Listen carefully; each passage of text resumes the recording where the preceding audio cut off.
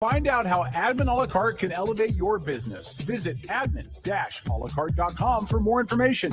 That's admin-alacarte.com. Admin a la carte. Your business doesn't fit into a box. Why should you have to?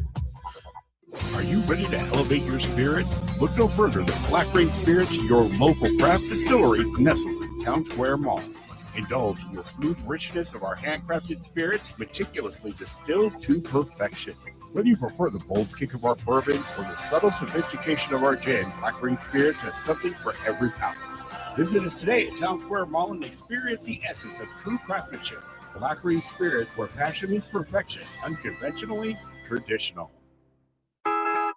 Cats are masters at using up their 9 lives, like chasing laser pointers into walls or jumping onto high shelves. But the one thing cats never do, text while driving. So be like a cat and protect your one and only life. Don't text and drive. Don't drive distracted. A message brought to you by the National Highway Traffic Safety Administration, Project Yellow Light, and the Ad Council. On a recent episode of the Outlaw Radio Network, some of our listeners even appreciated you dumbing it down for them. So, on behalf sometimes of I have to mansplain for people like. By the way, mansplaining is when men explain things to a woman in a condescending tone. I just mansplain this. That's the Outlaw Radio Network Sunday night at their good time from 6 to 10.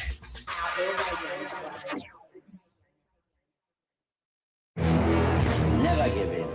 Never give in. Never, never, never. In nothing, great or small, large or petty, never give in except the convictions of honor and good sense. Never yield to force. Never yield to the apparently overwhelming might of the enemy. You're listening to the Outlaw Radio Network. OutlawRadioNetwork.com. This country can't be knocked out with one punch. We get right back up again, and when we do, the world's going to hear the roar of our engines. But it ain't about how hard you hit. It's about how hard you can get hit and keep moving forward. How much you can take and keep moving forward. That's how winning is done. You do your work, and we will do our best. Republic. I like this. Means people can live free, talk free, go or come, buy or sell, be drunk or sober, however they choose. Are you ready to be who you are? No poetry, just a straight answer.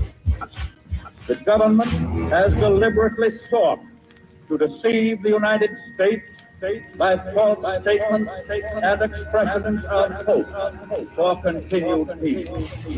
We are men of the hood, Matty, now your experience.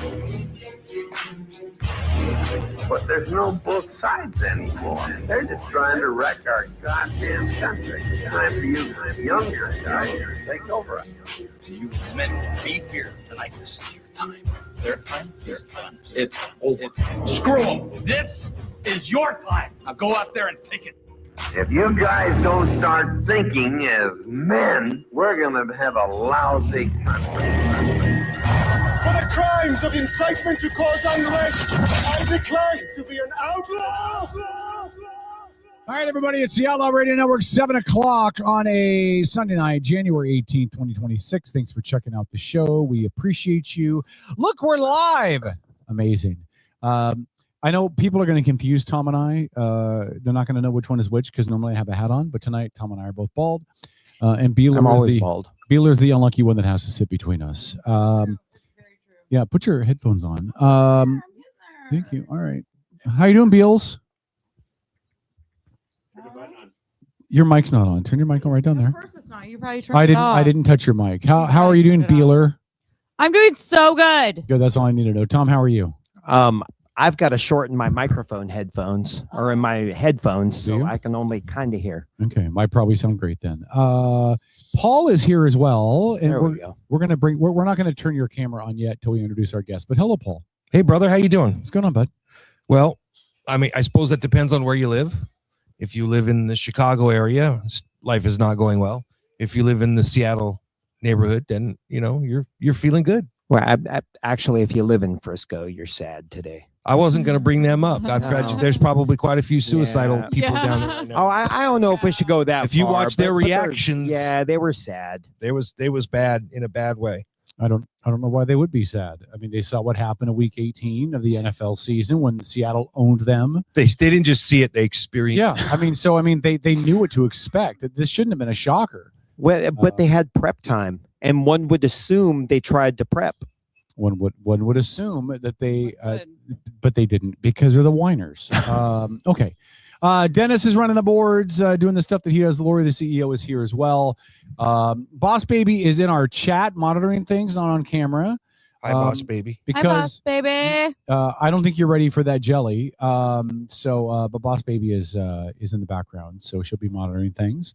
A couple of moments, we'll bring our guest on. We'll talk about her in just a moment. I do want to give a couple plugs for sponsors really quick. First of all, thanks again to Black Ring Spirits, the official home of Outlaw Radio. Tom, thanks for letting us do the show down here as always. Oh, always. Okay.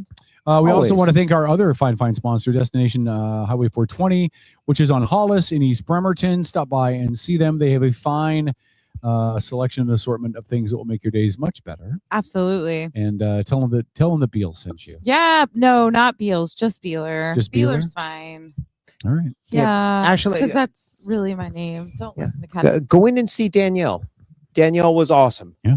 That's the bud tender that knows so much. Yeah, they're all of their bud tenders. Yeah, so far, that's the only bud tender I've met, and Danielle was amazing. So amazing. Yeah. Yeah. Unfortunately, I don't make it into Bremerton as often as I would like. Yeah, so I know. I get it.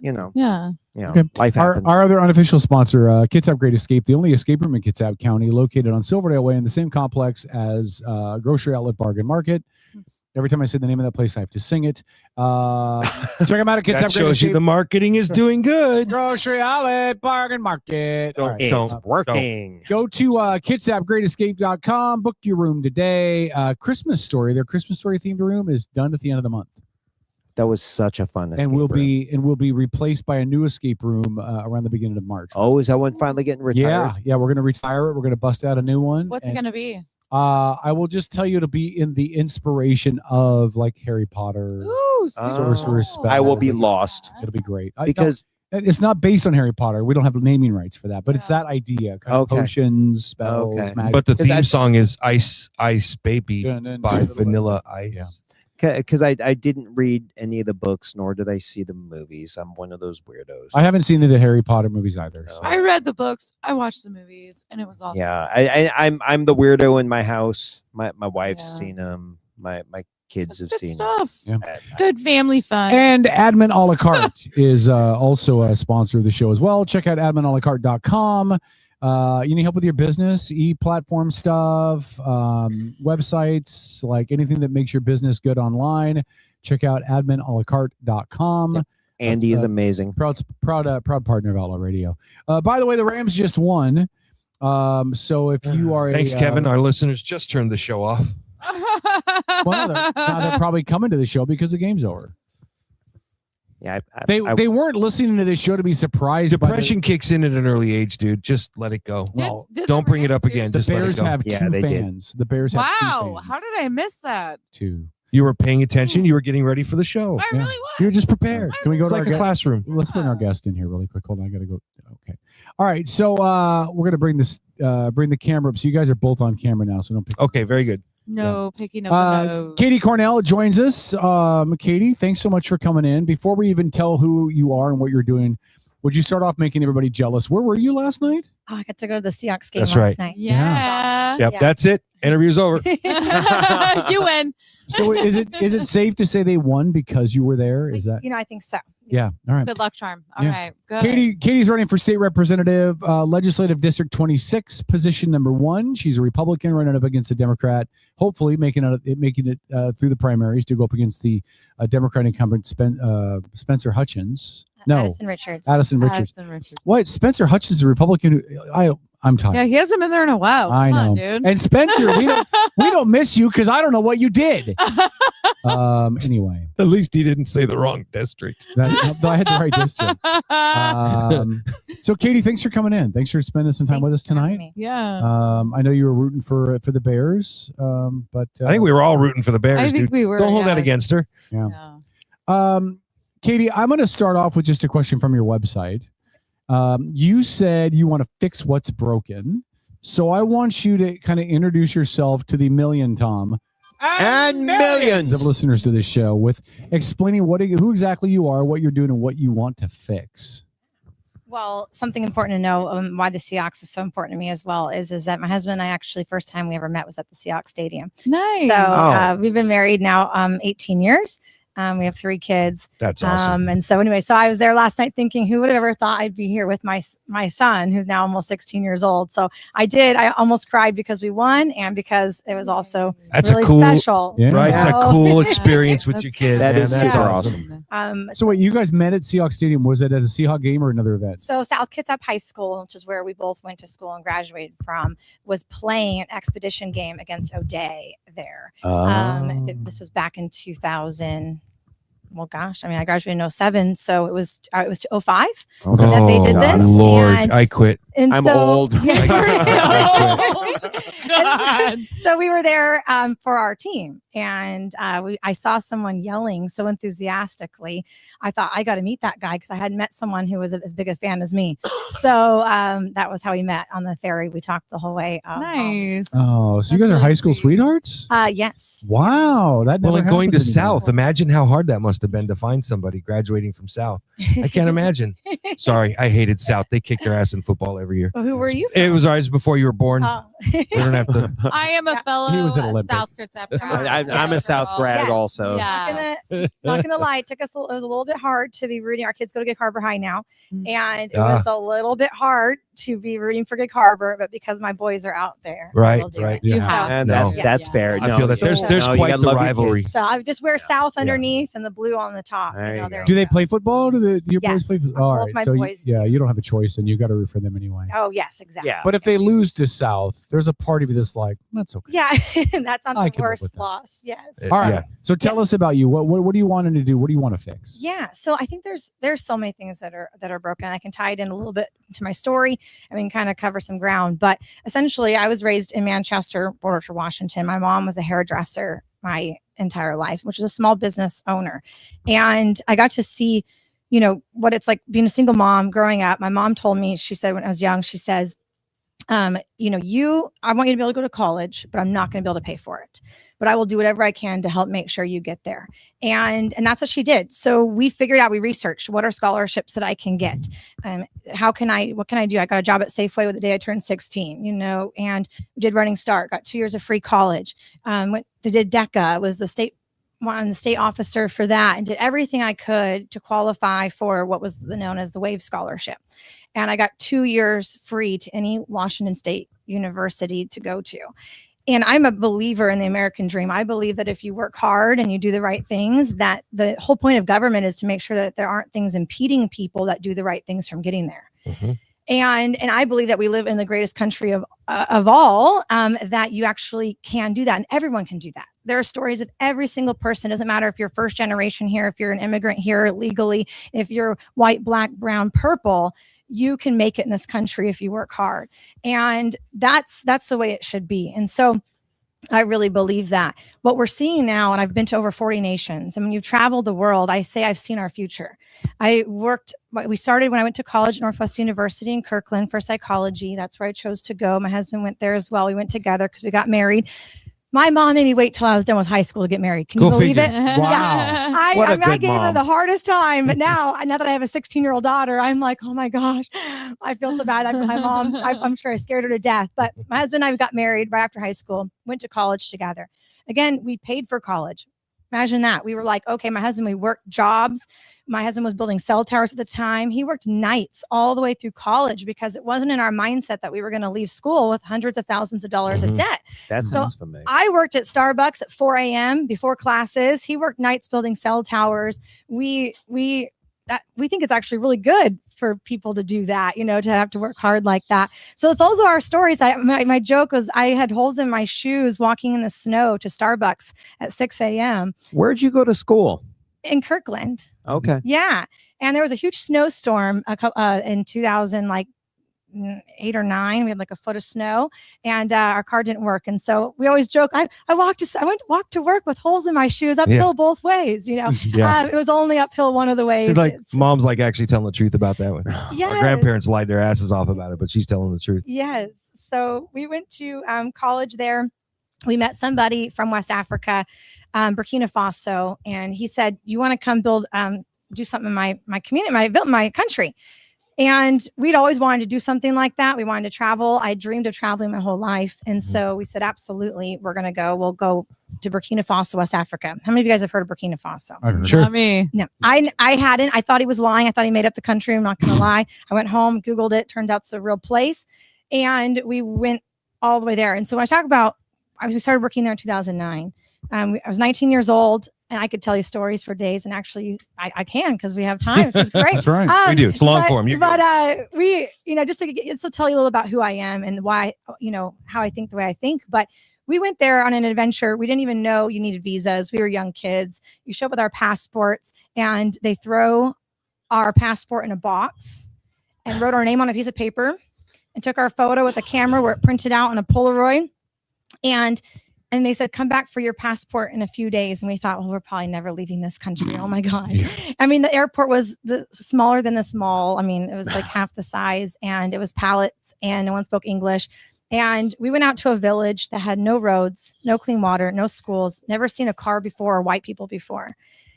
I watched people drink out of mud water. And I just thought, I didn't know that there was people that lived like this. Mm-hmm. And so again, I've always been from the perspective of, we live in the greatest country on the earth, and I'm not a complainer, I'm not a whiner, and I do not like it when people talk about our country as if it's some place that's not good place to be, because that just tells me you haven't traveled, right? And which is why I didn't really get involved for a long time, because I just thought everything was so great. I'm like, this is so great. When you're going to villages in Africa, you're like, man, things are really good. But we came back with the vision to build a school. And we needed to raise $30,000. We were 19 years old. And we did that by doing car washes at the A&W right up here in Portrait. Mr. Gehring let us do it as we were a nonprofit organization. Such a great guy. Yeah. And we just washed cars every Saturday for 2 years. Wow. And raised money to build that school. And so built the school, opened the school, and we continue to do amazing things. But the thing that I saw working over there, and the reason why I share that to here, and why I say I've seen our future, is Burkina Faso was a French colony, and what I would call it is a socialist nation. It was still under French rule. And the thing about socialism that people don't understand that's different is it's not different than communism in the sense of this. In communism, they might say it's illegal to have a business. In socialism, they say it's legal to have a business. But we're going to make it so hard that it doesn't work. Yeah. You can have private schools and you can have private health centers, but we're going to make it so hard that none of them work. And the only ones you can actually go to are the government.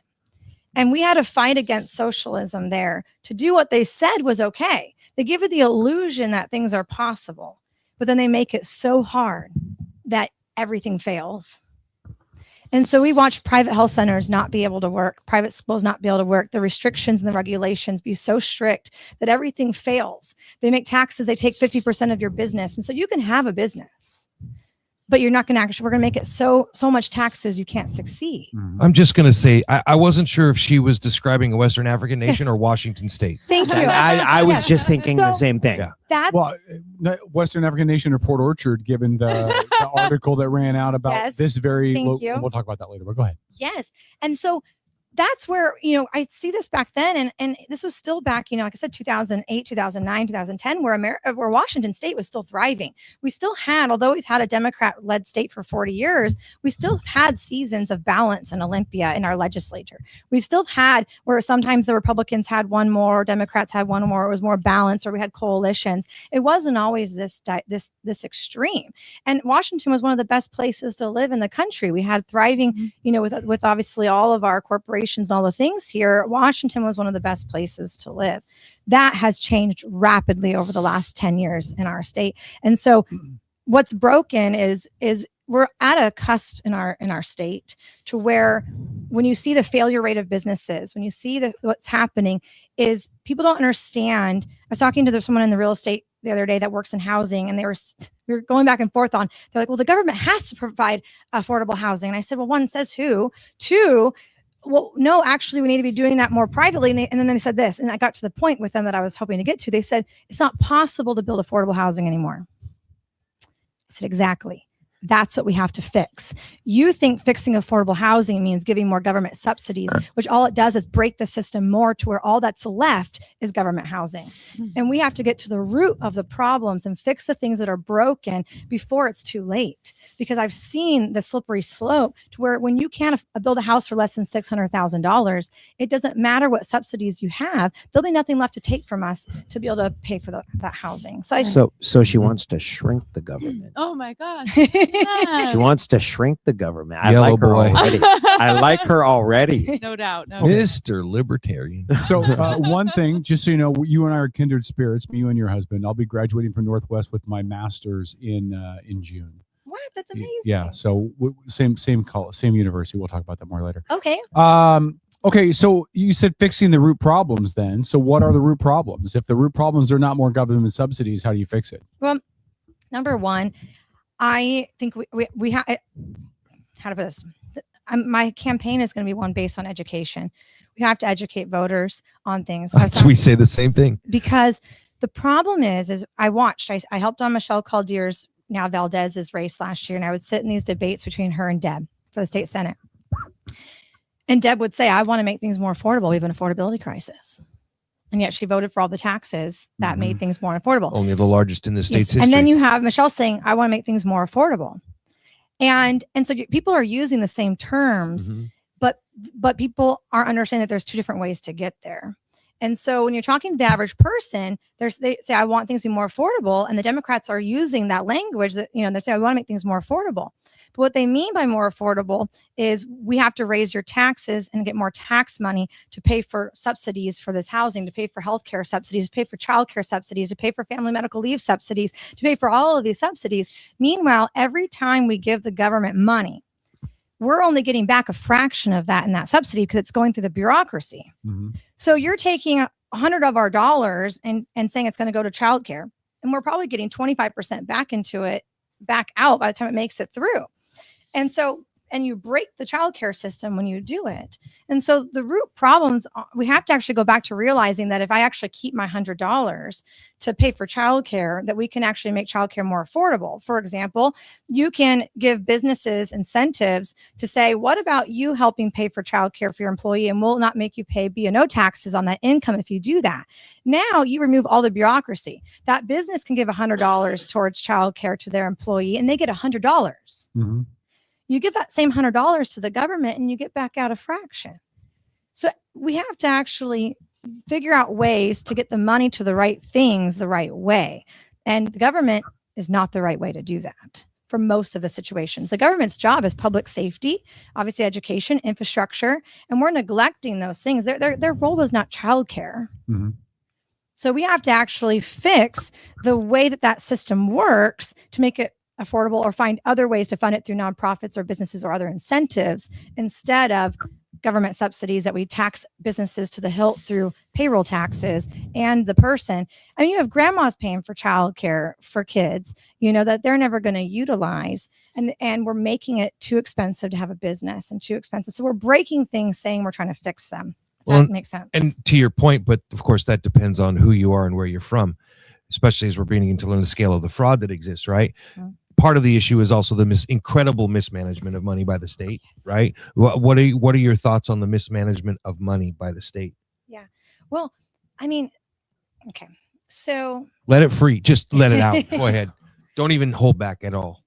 You have to wonder if the people that are in the majority truly want to fix that problem, because I'm pretty sure you could pop the state budget into an AI app and tell it to fix it for us, and it probably would in about 5 minutes. Right.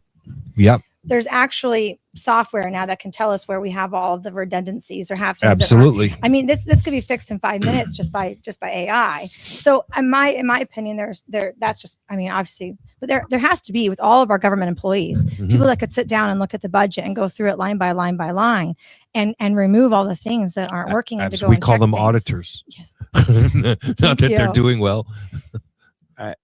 But the question comes down to, I mean, I can share it in a story better than I can, if that's okay. I did my master's at Sale University in nonprofit leadership. Because of our work, I wanted to keep growing our organization. We built it up from one school to, we had 80 employees. We were raising $700,000 a year. I'm leading this little organization with 3 people in the US and 80 employees there. I'm just a kid from Port Orchard trying to believe that we can change the world.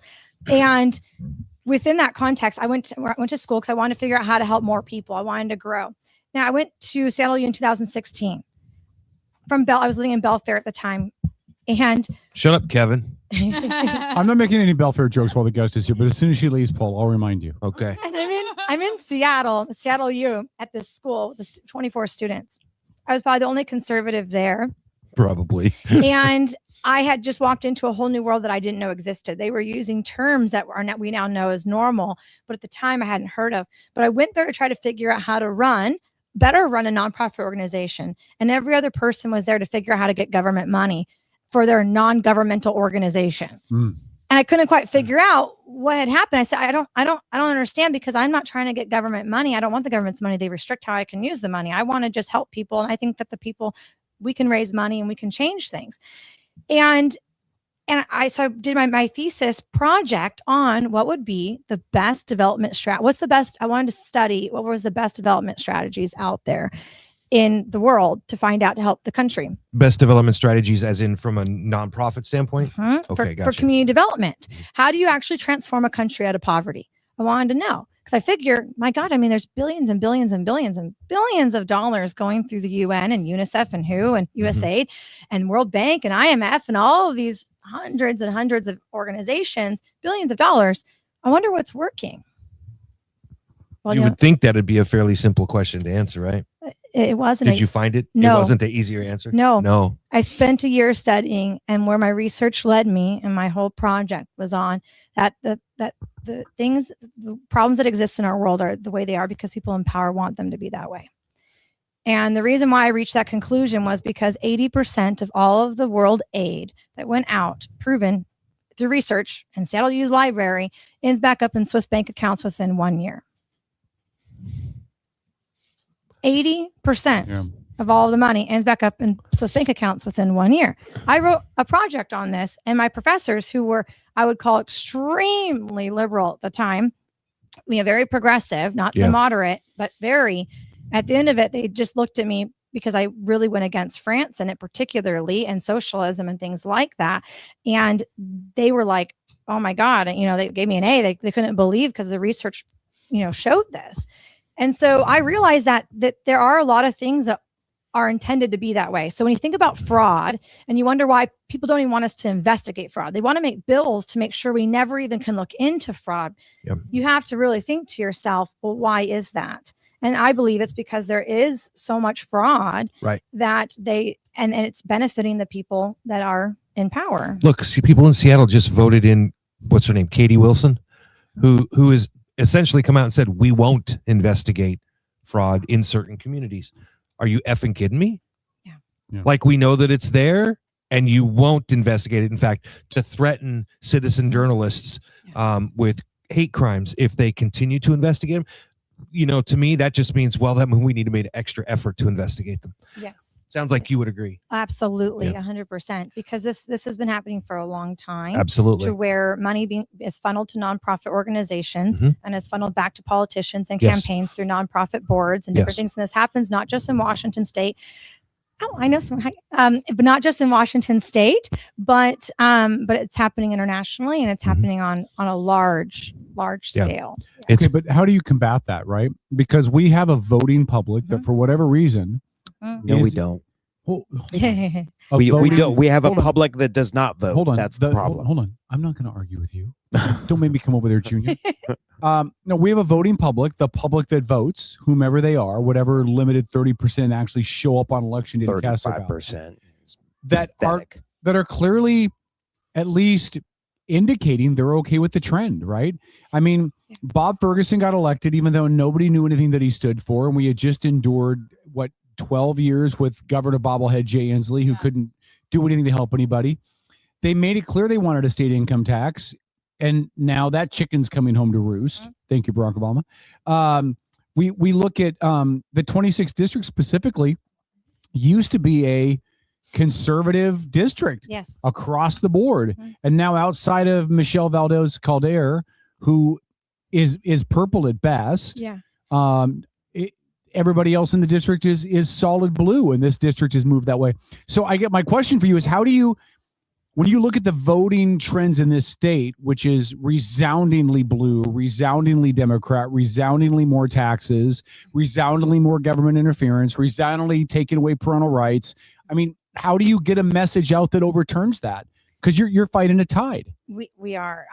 My strategy is going to be stories. How did I get thousands of people in Kitsap County to care about Burkina Faso? I showed them videos and stories of people. And we have to do a better job of getting people to understand how these policies are genuinely hurting people and affecting people. We need them to introduce them to the people that they're affecting. They talk about compassion. They give out drugs to people and call it compassion. But have they ever held a mother who is burying their children and heard her cry?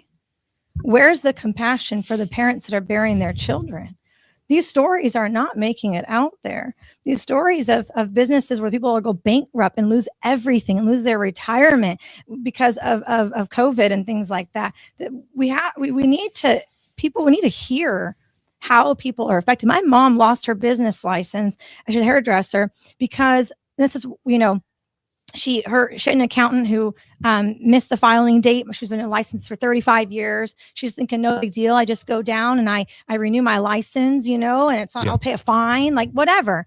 They said, no, you have to restart over. You have to go back to school to meet the new requirements. She went to school 35 years ago. She's 60 something years old, and they want her to go back to beauty school because she missed her filing date, and they were going to bankrupt her. She can't afford not to work. But Michelle, she reached out to Michelle. Michelle fought that, went down there, and they ended up renewing her license after she was denied like 7 times because it wasn't right.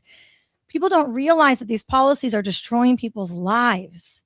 And I think the only way we're going to fight the tide is we have to get these stories out there for people to understand that real people are suffering from really bad policies. And I believe that we as a people care, but I think the people have been lied and manipulated to about what the real stories are. They're making rare stories about certain things sound like they're the norm, and then the normal stories that are happening every single day as if they're crazy. Mm-hmm. And we've got to get these stories to be in front of people for people to see. So I think people genuinely care. That's a story that would get me on my libertarian soapbox. I use an example about an article I was reading. Did you know that to be a fortune teller in Georgia, you have to have a license that costs $300 a month? A month. Wow. To be a fortune teller. The government wants a slice of anything that makes money. Mm-hmm. Yeah. Listen, there are some regulations that need to go. I mean, if you want my honest opinion, being a hairdresser or a barber, why the fuck do you need a license for that? I mean, if you get a bad haircut, no one's going to die. And your business will shut down very quickly. Yeah. Well, exactly. The free market will sort it out. And there's been a couple articles too that have been written. So there was one that was written about this very mall, the location that we do the show here in Town Square Shopping Center in Port Orchard. Nothing against the shopping center itself, but the city of Port Orchard has been so derelict in their desire to approve business licenses. Yes. There was one example of, Tom, help me with this because I'm only remembering parts of it. Are you talking about Lone Star Donuts? Well, but there was a restaurant. There was they went from something to a restaurant in Silverdale easier than Lone Star Donuts could go from a restaurant to a bakery or something like that. No, so I'm because not they sure. had to install a vent hood. Yeah, no, I'm not sure about the Silverdale issue, but I do know the Lone Star Donut issue well. Yeah, that's what he's talking about, Tom. Yeah, so Lone Star Donuts moved into a spot that had previously been a bakery. Yeah. Right. So the ventilation hoods were all in place. Okay. Everything was in place. The city had come in, the bakery beforehand. I know the previous owner. The bakery beforehand had jumped through all the hoops, had done all the infrastructure upgrades for ventilation, blah, blah, blah, blah, blah. So Lone Star Donuts walking into it should have been a shoe-in. A bakery to a, bakery. And Instead, it ended up costing him more. Yeah, it ended up costing Was it 40,000? something. I don't remember the exact dollar amount. No, it was 70,000. It was a lot of money. It was a ridiculous Insane sum amount of of money, and most of it was just in wasted time. Absolutely. Because the city couldn't come in and just go, oh yeah, it's a bakery that's turning into a bakery. Yeah, and these issues aren't specific just to Port Orchard either, right? I mean, the issues in Silverdale, they were trying to put a gym in the old Kitsap Credit Union down there, and that thing's been delayed out for years because they can't get permits approved. How does the legislature address this very issue? So you're talking about businesses having it made harder on them by government because of all this onerous stuff, and then on top of the onerous stuff, they don't properly fund their people so they can approve the onerous stuff, and they grind everything to a screeching halt. So do you have to hire more people to fix some of this? No. Do you hold on? I'm asking her. You're not running for office. Sorry. Do you The idea hire of more bureaucrats just makes my butt itch. do you hire more people so that you can approve these onerous projects? Do you gut all the restrictions and leave potential holes? Like, how do you do that? Well, I think some of these issues, of course, we know are unfortunately county issues and city issues. Not everything can be solved at the legislature. However, what I do think could be done is we could pass legislation that says that you only have you're required to get permits done for housing or businesses within a certain amount of time. We could actually put some expectations on things that could do that, because to just allow this inefficiency of government to exist is unacceptable. To answer your question, I heard one proposal that I thought was really, really good, was that what we need to do is require, if we put a deadline on things, like you have 6 months to approve housing or 6 months to do these types of things, businesses, because housing is something I'm really passionate about, is that within that concept, what they can do is they can actually subcontract that out to architects and other people that can approve permits, just like the people working for the things. The other thing we need to do is we need to be okay firing people that just suck, because I'm sorry, we have, when people don't, if they're not accomplishing their job, we should be holding them accountable to terminate those people and then go work somewhere else. Because I don't know how many stories I've heard of people that work, and I don't have names and it doesn't really matter, but where you hear horror stories of someone coming and just writing people up on things that are ridiculous, and they do it time and time and time again. Those policies and those complaints should be reported, and those people should be reprimanded, and then they should be fired if they do not change. But we cannot have obstructionists in our own government and then have this policy that you can just never get fired. We have to treat this more like a business, where if they're not meeting the quotas and they're not doing what they're supposed to do, well, then they shouldn't be working here. And it doesn't make sense to obstruct business for a municipality, because that municipality is going to gain tax dollars. So I like fighting the idea of a new business coming in. Tom, you're so right, and I'm going to piggyback on something that fights logic that Kevin said earlier about the city of Port Orchard, for example. I think, Kevin, in all honesty, that we're talking about government entities that are running things the way that they want, because they think that they want what's best.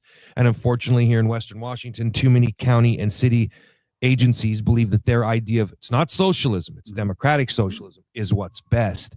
And they're beginning to emulate those things, right? I mean, I think that a lot of the problems we run into here is the Growth Management Act. When we talk It's definitely some of it. And that is a Yeah. very democratic socialist thing. Absolutely it is. Yeah. Yes. Yeah. And how dare we be on the same platform in the GMA with Seattle and Tacoma? That's a huge thing is that, and a meeting with the city of Gig Harbor and things like that, is the way that we're requiring each city to follow these different things the same way that the Seattle is has to be amended and has to be fixed. It has to be. We're not Seattle over here. We have to give a lot more local control to say, okay, we would like to see more housing in cities. How much can you actually fit within it without doing that? But the way that we just give these percentages and these metrics are unattainable and unsuccessful. And we have to give a lot more freedom to the local. As we have learned here, population has a lot to do with what elected state representatives get to bring back to their districts, right? Yeah. So the more people you have, the more money you get. Well, that's automatically a disservice to everybody except Pierce, King, and Snohomish County, right? Washington State is a prime example, as we've mentioned many times, why we have the Electoral College for presidential elections. We need something like that on a state level just for the all but those 3 counties to have a legitimate say so, right? So automatically, if you win, you're going to be going in with 1 foot stuck in concrete, right? Have you thought about how Katy can go in and make an impact? Being is that, well, let's just face it, you're playing on the junior varsity team, right? At least until we Still can the make minority. a difference. Yeah. Well, yeah. So that's where my skill set of people that know me know I'm one of the most persistent people that exists. And I always joke that working, doing the different things that I've done. But one of the things I was just, if you can get a Muslim imam, a Catholic priest, and a Christian pastor and a native chief to build a Christian school together, you can probably. Oh, thank God. Anything. I thought there was a punchline coming. In a socialist country with a government that doesn't want you to build it, you can get anything done. And essentially what we're going to have to do is we're going to have to look at, there's like down to these regulations we talked about. There are a lot of little things that would make great impact. And being in the minority, when I'm elected, I'm not going to be able to just go in there and like to pass all this legislation that I would love to. Right. But what we can do is we're going to have to get a lot of small wins that have big impact, such as these little modifications to policies that are destructive. That I think that every common sense person in our state would be okay with. And I think there's enough moderate Democrats to get these little things passed, such as, we got the family Family Reconciliation Act. The Reconciliation Act. Yes, there's modifications that need to be made to that we can do on a bipartisan approach. And so down to the housing regulations. I just heard a new one the other day. This is fix what's broken. There's so much, so it's a little bit hard to answer. But here's just one little small thing. I found out. So we're leasing to own a house right now. And so our septic needed to be pumped, but our landlord, who's a good friend of ours, was like, I don't want to pump it yet because I have to do it right before we close on the house. And I didn't understand what she was referring to. I was like, but it needs to be done now, and we're closing in 2 months. Like, can't you just do it now? And I didn't really understand what was happening. And so finally, she calls a septic guy out anyway, and the guy comes out and he says, yeah, it's a new law that it's mandatory before the sale of a house that you have to have, every owner has to have the septic pumped. And I said, well, what if it's not needed? He said, well, it's required anyway. And I said, well, why couldn't you just require an inspection? So that way that if it's needed, then it gets done. But you're telling me that even if it's not done, you have to come out and do it anyway. But that now adds an extra cost to every person selling a house. There is about 1,000 of those things. There's about 1,000 of these requirements that are adding cost into our housing, onto the sellers and to the buyers. Yes. I unfortunately got to be one of the first people in our state to pay reparations this year. Oh. And we sold a house in Tacoma, and I was it was the Monday after it took effect in July. And that added a new tax. So we want to make housing more affordable, but we're keep increasing taxes of a buyer and a seller and all these things. And so we have to go through and start slashing these away to make things actually affordable, because you shouldn't have to be required to have dimmer lights in your house if that adds cost to your house. Yeah, some people have that naturally. Yeah. Yes, that's an optional feature. To your point, right? Like you're selling your house. Now you've got a new tax on there that you're paying reparations, right? And I'm going to call it that because I don't even know what else to call it. I'm sure there's probably some politically correct phrase for it, but it is what it is. And you have on top of that, you have a entire system set up for down payments for people that are only certain skin colors. You couldn't get more racist than that. And it's being highly abused. Yes. So to everything that you're talking about, I wish I had an ounce of what drives you, because I think we've been doing this so long. We preach on here all the time, to your point about telling these stories, right? We talk about every chance we get about the uneducated electorate, right? These people that are out there, they're circling in a number on an issue or for a candidate, and they don't know jack squat about any of the issues they're voting on. Nothing. And it doesn't help that we have a state that will rewrite something for the voters pamphlet just to make it more confusing. Yes. It's beyond reproach. And when we have a party that has been in control of the state since 1988, it makes it difficult just for you to get your foot in the door. And God bless you if you do. Yeah. And I'm a conservative, so I can say I hope you do. But it is not going to be easy. No. It really isn't. I'm No. glad that you seem to know how hard it's going to be. Yes. It's yeah. Yes. By the way, if you heard a child screaming in the background, I can neither confirm They're not ours. nor deny that was Premier Jayapal. Well done. You like that? Dude, for a Democrat to tell a joke like that. Pretty good, huh? Coming out of the closet yet? I've been training. Let me. You can acknowledge it. Don't ignore the question. What? You coming out of the closet? I'm still a Democrat. I'm just the only real Democrat left in the world. All right. Well, maybe you'll come to your senses one day. I mean, you voted for Donald Trump. I did. Sorry. I did. Real Democrat we got here. Katie, I'm gonna ask, shut your mouth. I'm gonna Shut your mouth. I'm gonna ask He's you more some questions libertarian about some actual budgeting stuff out of Olympia, and I'm gonna start with my favorite question, which is the mismanaged, incorrectly run. I'm surprised they're not sinking to the bottom of the Sound Washington State ferry system. The agency is so middle heavy. The Coast Guard regulations are not being met. Canceled runs are now the norm. We finally got a second boat on the Bremerton run, but that's not all the time because sometimes they just cancel it because they don't have people. Yeah. But I would argue the ferry system is one of the most essential pieces for tourism and for trade, right? What happens with the ferry system? Because I don't think it can continue to operate the way it's operating now. Yeah. If we want it to be solvent.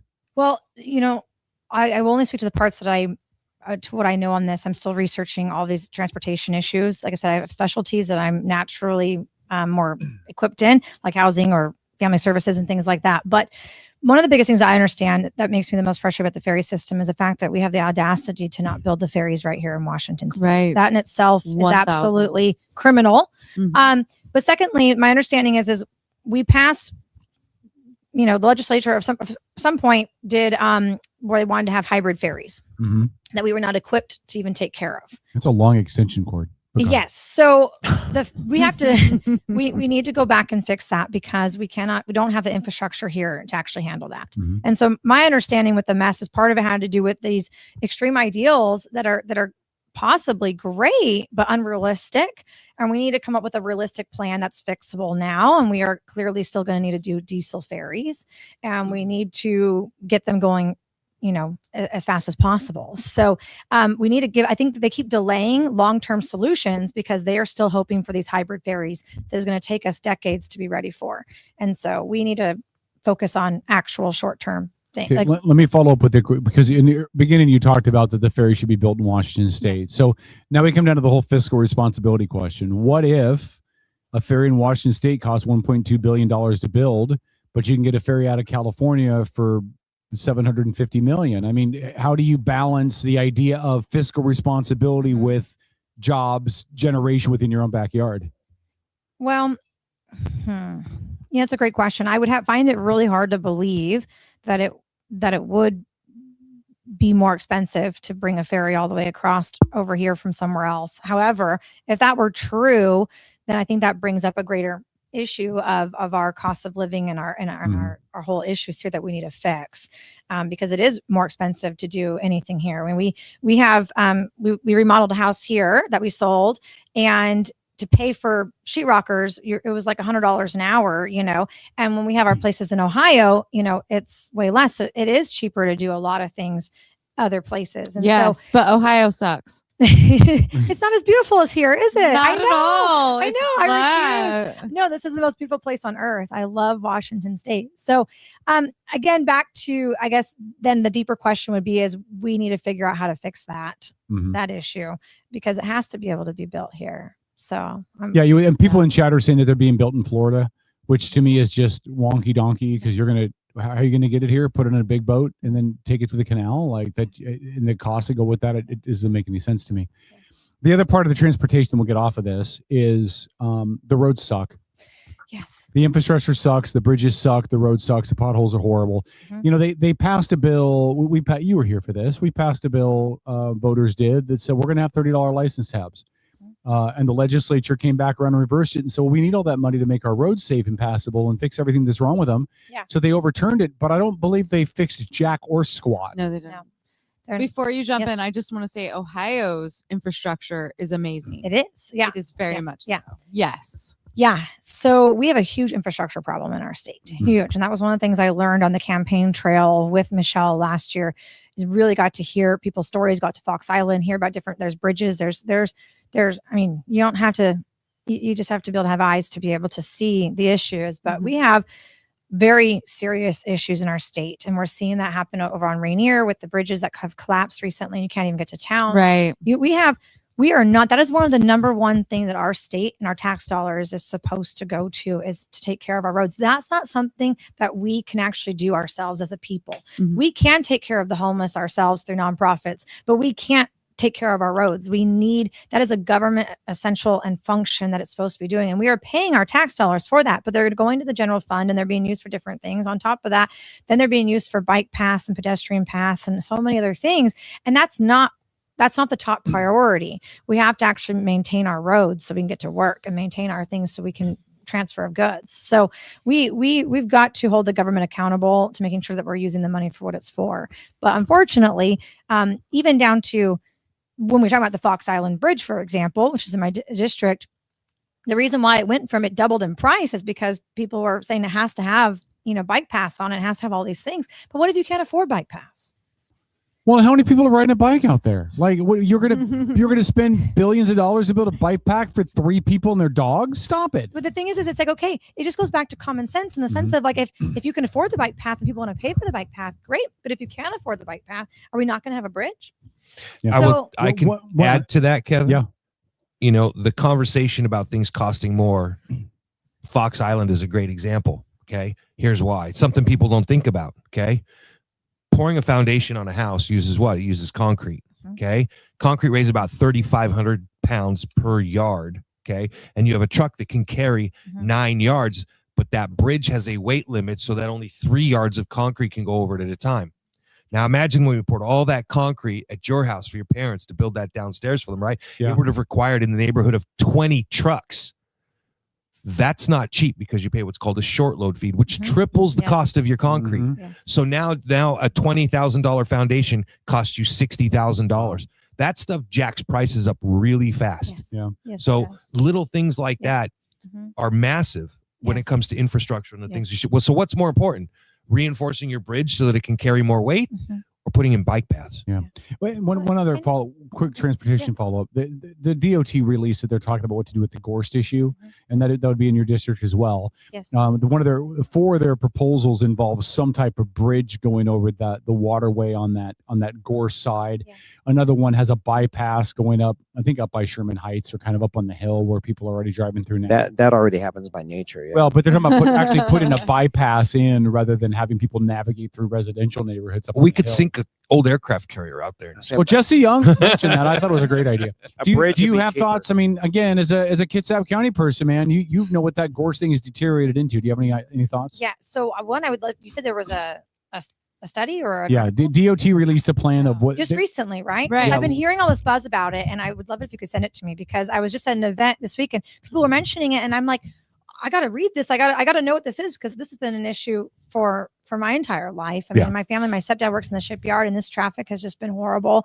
It's something that has to be fixed. Yeah. But so I would like to read that, and I would love to come back and talk more about that. Okay. But yes, but I was going to say back to the transportation about the bridges though, is these are things when we brought, this is a county bridge, that particular bridge. And Pierce County isn't saving any money for any of the things that it knows it has to fix. So we have to people like to talk to the voters. You have to understand the voters. We have to educate them that our government is no longer saving for the things that it is supposed to be saving for when it's ready to do things. So now when you don't do that, the only way now you can put in a bridge, because if we've been saving our money knowing that this bridge had to be fixed and replaced like you would if it was your own money, right? If you're treating it like it, which it is our money, then we would have been prepared for when the roof goes out. You're prepared for those things. Where are our tax dollars going then? If we're not saving them for projects, I mean, are we so sunk into special interest stuff that, I mean, is that really where it is? That seems to be what's going on, is that we're funding everything that people care about. But there's a lot of things I want to do in my life. I want to go to the Super Bowl this year. We were just talking about it, but I can't. I looked up the price of the tickets. I can't go. Right. Because you're normal. Yeah. I mean, I could. I could spend $6,000 a ticket and put it on my credit card and pay for it for the next 5 years, but I'm not going to, because that would be stupid. Right. So there are a lot of things that people care about that they want the government to do, which what really we have to remember is that's our money that we're doing. It's not the government. It's our money. It's our taxpayer dollars. But there are things that we're going to have to say no to and find other ways to resource that through nonprofits and through other things. I don't mind if you want to fund that through a nonprofit, but you can't take our infrastructure money and pay for those luxuries for laser hair therapy for people or whatever it is. And say that's a good use of our taxpayer dollars when we're not taking care of our roofs. We're not taking care of the things that are most important, and it's going to cause a major crisis ahead. So. Well, to your point, right? And we touched on this earlier about audits, right? Where one of the questions when people ask, well, where's all the money going? Mm-hmm. Well, and I hate to say it, and we'll talk about it later, but you have an entire system of fraud that's built all around itself. I'm not going to get into what that's about yet. We don't want to waste that kind of time while we have you here, but nonetheless, it takes 5 minutes for a person to do a little bit of, some Google searching, and you can read all about all of the different ways that fraud is perpetrated against the taxpayers of Washington State and so many others.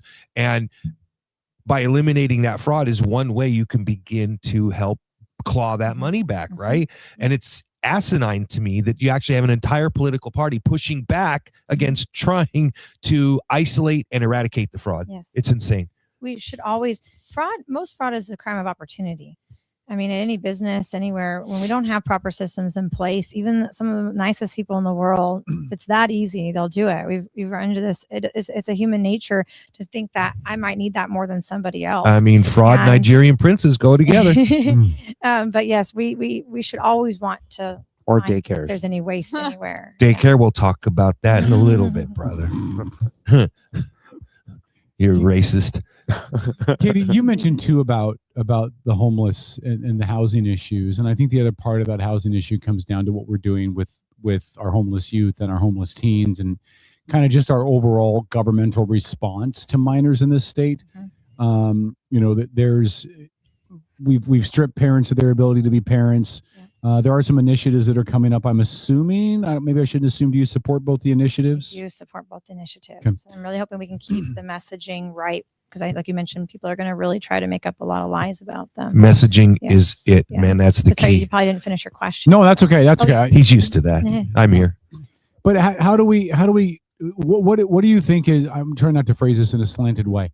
What do you think is the proper way to handle our youth in regards to parents? Yeah. Should we be giving 13-year-olds the ability to make their own medical and mental decisions? I mean, where do you stand on all that? Yeah, no. So I have 3 teenagers. I have a 14-year-old, 15-year-old, and a 16-year-old. And you're running for office because you know what it's like to live with adolescent, and you want to go to Olympia and deal with adolescents. Perfect. Yeah. So I was a teenager fairly recently. So I mean, I'm not, but I'm joking. Quit making us feel old, Katy. Come on. She just keeps. No, I cannot believe that this has been such a controversial issue, because it should be a very simple issue for me. We have children that we have laws in place that we don't let them vote, so we don't think that they're equipped to make that decision. We don't even let a kid get a tattoo on their body without parents' signatures. I couldn't get my belly button pierced without my mom signing off on it, okay? But they can't buy cigarettes, they can't drink, they can't do any of these things, but yet we will let them cut off body parts. Mm-hmm. Yes, and you've got Democrats in office right now stating clearly, if your kid is 14 or older, they get to make the decisions. They have full autonomy. Without parents' permission. Mm-hmm. Now, this is why this is so dangerous for multiple reasons. And you can get abortions without parents' permission as well. Now, let me talk about the suicide rates of our youth. If kids aren't talking to their parents about these really serious issues, how do we expect them to navigate the mental health issues that they're in? Parents are still the safest people to kids, no matter what. There are good parents, better parents, not so good, moderate, bad, the spectrum of that. But there's also good teachers, not so good doctors, people, mental health professionals, all the spectrum of that. To think that one group of people is safer than another than a parent who knows their child and is watching their parent. If you're giving antipsychotic drugs to a child and not letting the parent know, have you not heard a commercial of the side effects of antipsychotic drugs? Suicide increase, death increase. And if you don't let a parent know who's there to watch them, to make sure they don't take their own life, I mean, this is just not okay. Correct. We have to have parents involved in all of their kids' medical decisions for the children's safety. This is a child safety issue. On top of that, though, think about this. When you were 10 years old, I mean, I was a tomboy, you know, and I'm so glad that I wasn't raised in today's generation where nobody ever, not one time. I mentioned my uncle and my dad owned a sports bar. I grew up around football. I mean, it was all about football, and boy, I played football. But not one time did anybody ever mention to me that I might be a boy. Yeah. So nobody put you in a fur suit and told you to use the litter box in the classroom. That's good. Not one time did that ever get brought up. And so these children are making decisions about their bodies that they at that age are not equipped to deal with. If you ask my son now if he wants to have children when he's older, his answer is no. He's not thinking about having kids. He's 14 years old. He's playing video games on his phone. But when he's 25 and in love and married, and he now can't have kids because of a decision he made at that age that he couldn't comprehend because he wasn't ready. It wasn't the time and the season in his life for him to make that decision. You talk about mental health crisis. Imagine the mental health crisis we're running into with people when they realize that the decisions they made, they can't undo. Yeah. There is such, I'm sorry, you can go finish. I apologize. One further thought on this I find fascinating to me is the progressive left put out the comprehensive sex education bill, where we know that there's a lot of parents that are very concerned about this being in the schools because we're teaching kids at a very young age to masturbate and do different things. I just would love to be able to ask the same progressives why they're okay castrating kids in a way that they'll never be able to have intimacy in their life. They're never going to be able to have an orgasm. It's a great question. I got no answer. Yeah. Ever going to be able to have intimacy, and we think they're going to mentally be okay when they don't want to have sex at 12 years old. Yeah. They're not having sex, so they don't know what they're giving up. They don't know the price that what they're doing for the profiting of this industry. And so this is going to have, we're going to see, and we are seeing people that made these decisions when they were young and they were pressured to and felt that it was the right thing to do are coming out now and saying, I wish I hadn't made those life altering decisions. And so if people want to make that decision when they're 18, that's okay. But when you're a child, that's not okay. I do not believe that we should be allowing them to make permanent decisions like that. I know why they're doing it, though. Break them when they're kids. They'll be committed to the Democrats for the rest of their lives because they're always going to need the help. Or they're going to be resentful and angry. Yeah, exactly. And still be a Democrat. Yeah. You think so? Yeah, I don't know. My youngest, my bonus son is 11 years old, and he spent the weekend with me this weekend at the house after my divorce with his mom, which was awesome. But he sat down with me and he says, he got elected to city or student council, right? So got him a constitution and everything at 11, right, for him to read in school. And he's like, I'm really struggling, Dad. I was like, well, what are you struggling with? And he goes, because apparently there was a discussion going on within the classroom in the student government group, because he has 3 kids in his one class that, quote, identify as furries. And he looks at me, he says, it is so obvious that these guys are suffering from some sort of mental delusion. And he goes, and I'm supposed to reinforce that. He goes, and he told his teacher he couldn't do it in good conscience. And so he's like, and now he's like, quote unquote, he's like suspended from the student council because he won't support it. And then the teacher doesn't understand why he's acting out and talking during class. He says, clearly nobody cares about what's real and what isn't. I have no idea how to parent that. And I'm like at a loss. And I just looked at him and I said, sounds like you're doing okay to me. You know, I have no idea what else to say. Really quick, we're running late, so I'm gonna ask you one more question. I just ask really quick about the whole trans sports question. Obviously, it's one of the initiatives that's out there. I will point out, and I don't think I've ever heard anybody say it this way, but I'm gonna say it. You notice you never see women playing boy sports. I wonder why that is. Stole my Did I really? I don't think I've ever heard you say that. So many people have said that. Shut up! I'm gonna take credit for something. Kevin, just shut your mouth. That is. Oh my God. All right. Anyway, where do you stand on that idea? How should the state navigate that, if at all? Yeah. So, I mean, I think every child should be able to play sports. Number one, Sure. every child should have the opportunity to play sports. And like we mentioned, these kids are going through a lot for different pressures, different things going on in their life, of their, I don't think anyone should be excluded, with the exception of this. And I think we need to find another avenue for it because, like you said, I think that there is to put a biological male, a person who's born a male, who at least eventually that went through puberty and developed into a male, into female sports, is not safe for females, nor is it fair. And I do not think we should rob girls of scholarships and opportunities that we fought so hard. I mean, Patty Murray herself fought for Title IX, and She there's did. videos of her saying that women deserve the right and the same opportunities as men. And so when we allow biological men to compete in girls' sports, we're robbing that. And so for me, I'm like, okay, so depending on where kids are in the transition, then they have choices. They can still play. Nobody's saying that those biological men can't play sports. That's a lie that's being perpetuated. They are still allowed to play boy sports. Yeah. And so nobody's excluded. And so I think that the initiative is where very well specifically make sure that everybody gets to play sports, which is important. But we also are protecting girls' sports. And so that I believe that we can do both and that the initiative does that. And we need to make sure that people know that and understand that. And to be very clear, we'll have a moment on that. Kids are already required to get physicals every single year to play sports. And they do check your parts. And for health reasons, they're not checking them for that, but they're checking to make sure you don't have prostate cancer and all the other things. And so this lie that's being circled out there that they're going to do these violating exams on kids is absolutely, we're already doing those. Or the line, right? They're going to do it exams. before every sporting event and all that. No, It's just such a lie. It's not true. So there's nothing actually changing for kids if this initiative is passed. And all it's doing is just making sure that girls have the right to compete with people that's fair. And I'm a girl. Like I said, I shared with you guys before the show, I wanted to play professional football.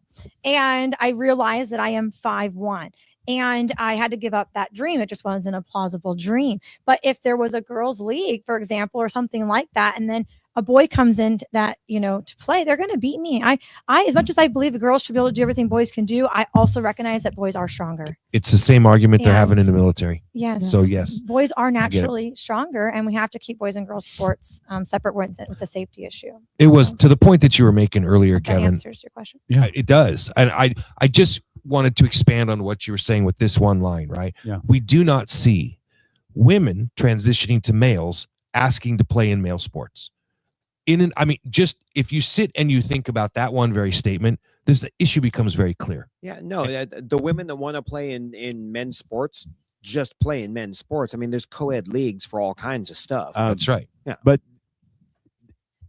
when women or girls, have gotten involved in boys wrestling, football, the fight to that was there were no leagues for females That's right. to play in. That's right.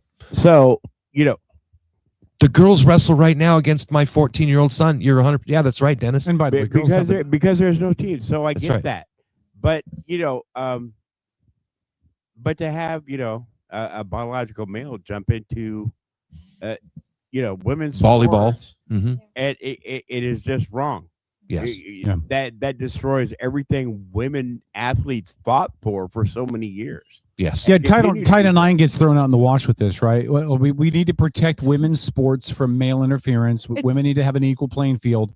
It's literally But here- counterintuitive to everything that feminists fought That's right. for. And That's right. And I am so 100%. not a feminist, but if that's what they fucking fought for, that's what they fought for. Why are we all of a sudden turning it around now? Hey, It makes right no on, Professor. Yeah. All right. So you can find out more about her, Katy Cornell, KatyCornell.com. We'll give you more about her as a candidate, her platform.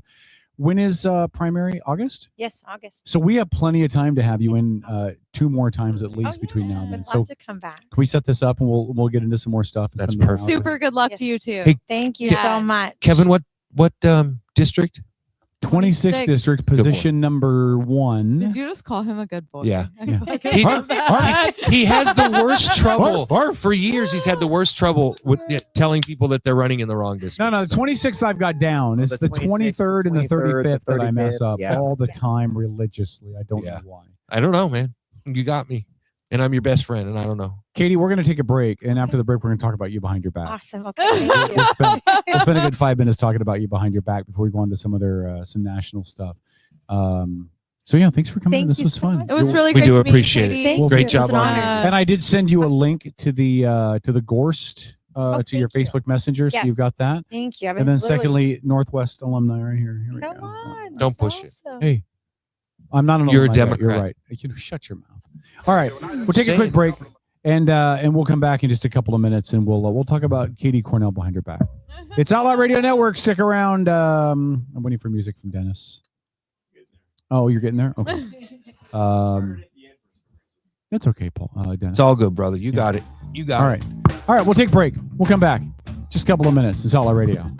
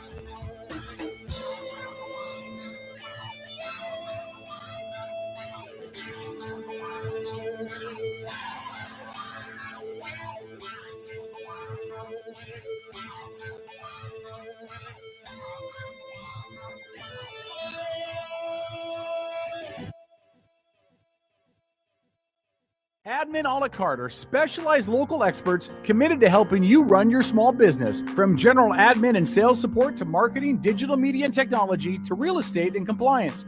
Admin a la carte's only goal is to take your business to the next level. Find out how Admin a la carte can elevate your business. Visit admin-alacarte.com for more information. That's admin-alacarte.com. Admin a la carte. Your business doesn't fit into a box. Why should you have to? Are you ready to elevate your spirits? Look no further than Black Rain Spirits, your local craft distillery nestled in Town Square Mall. Indulge in the smooth richness of our handcrafted spirits, meticulously distilled to perfection.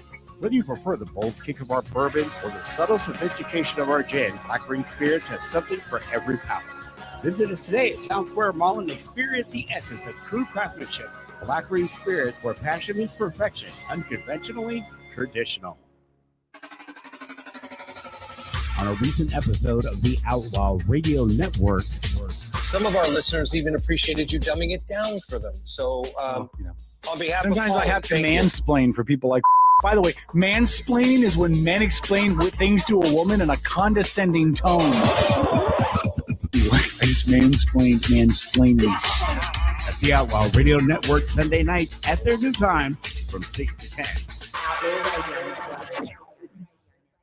You older people, I know you're getting a little edgy right now, but you better get into me because I don't want to bum you out, but I'm the future of America. This is the Outlaw Radio Network. Good evening, my fellow citizens. It's kind of stony, huh? It's a real thing. A radio signal from another world. The United States government presents The Outlaw Radio Network. Outlaw Radio Network. To provide guidance to mankind.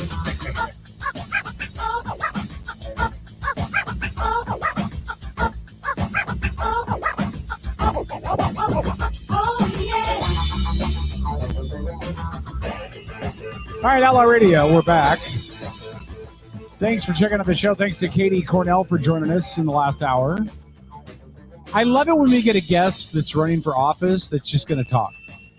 Like we're not going to get like, so what do you think about taxes? I think they're awful. Next. I mean, she expounded. She gave a lot of information. She shared a lot of what she thought.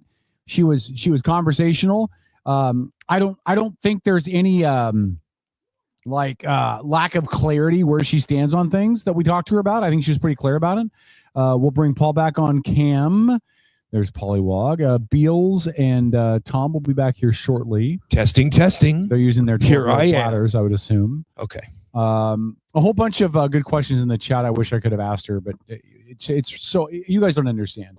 It's so hard to read the chat and have a conversation with somebody in front of me. It's actually pretty much impossible because, they're like, you can multitask. Yeah, not really. That's not a real thing.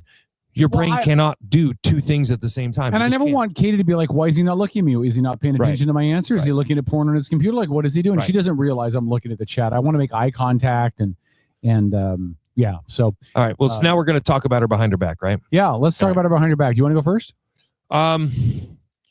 It's hard enough for somebody to put their foot forward, as several people within this crew, not me personally, but Lori and the professor have done it. It is hard to put yourself out there and run for office because the more serious you take it, the more you threaten the incumbent, the more personal it gets.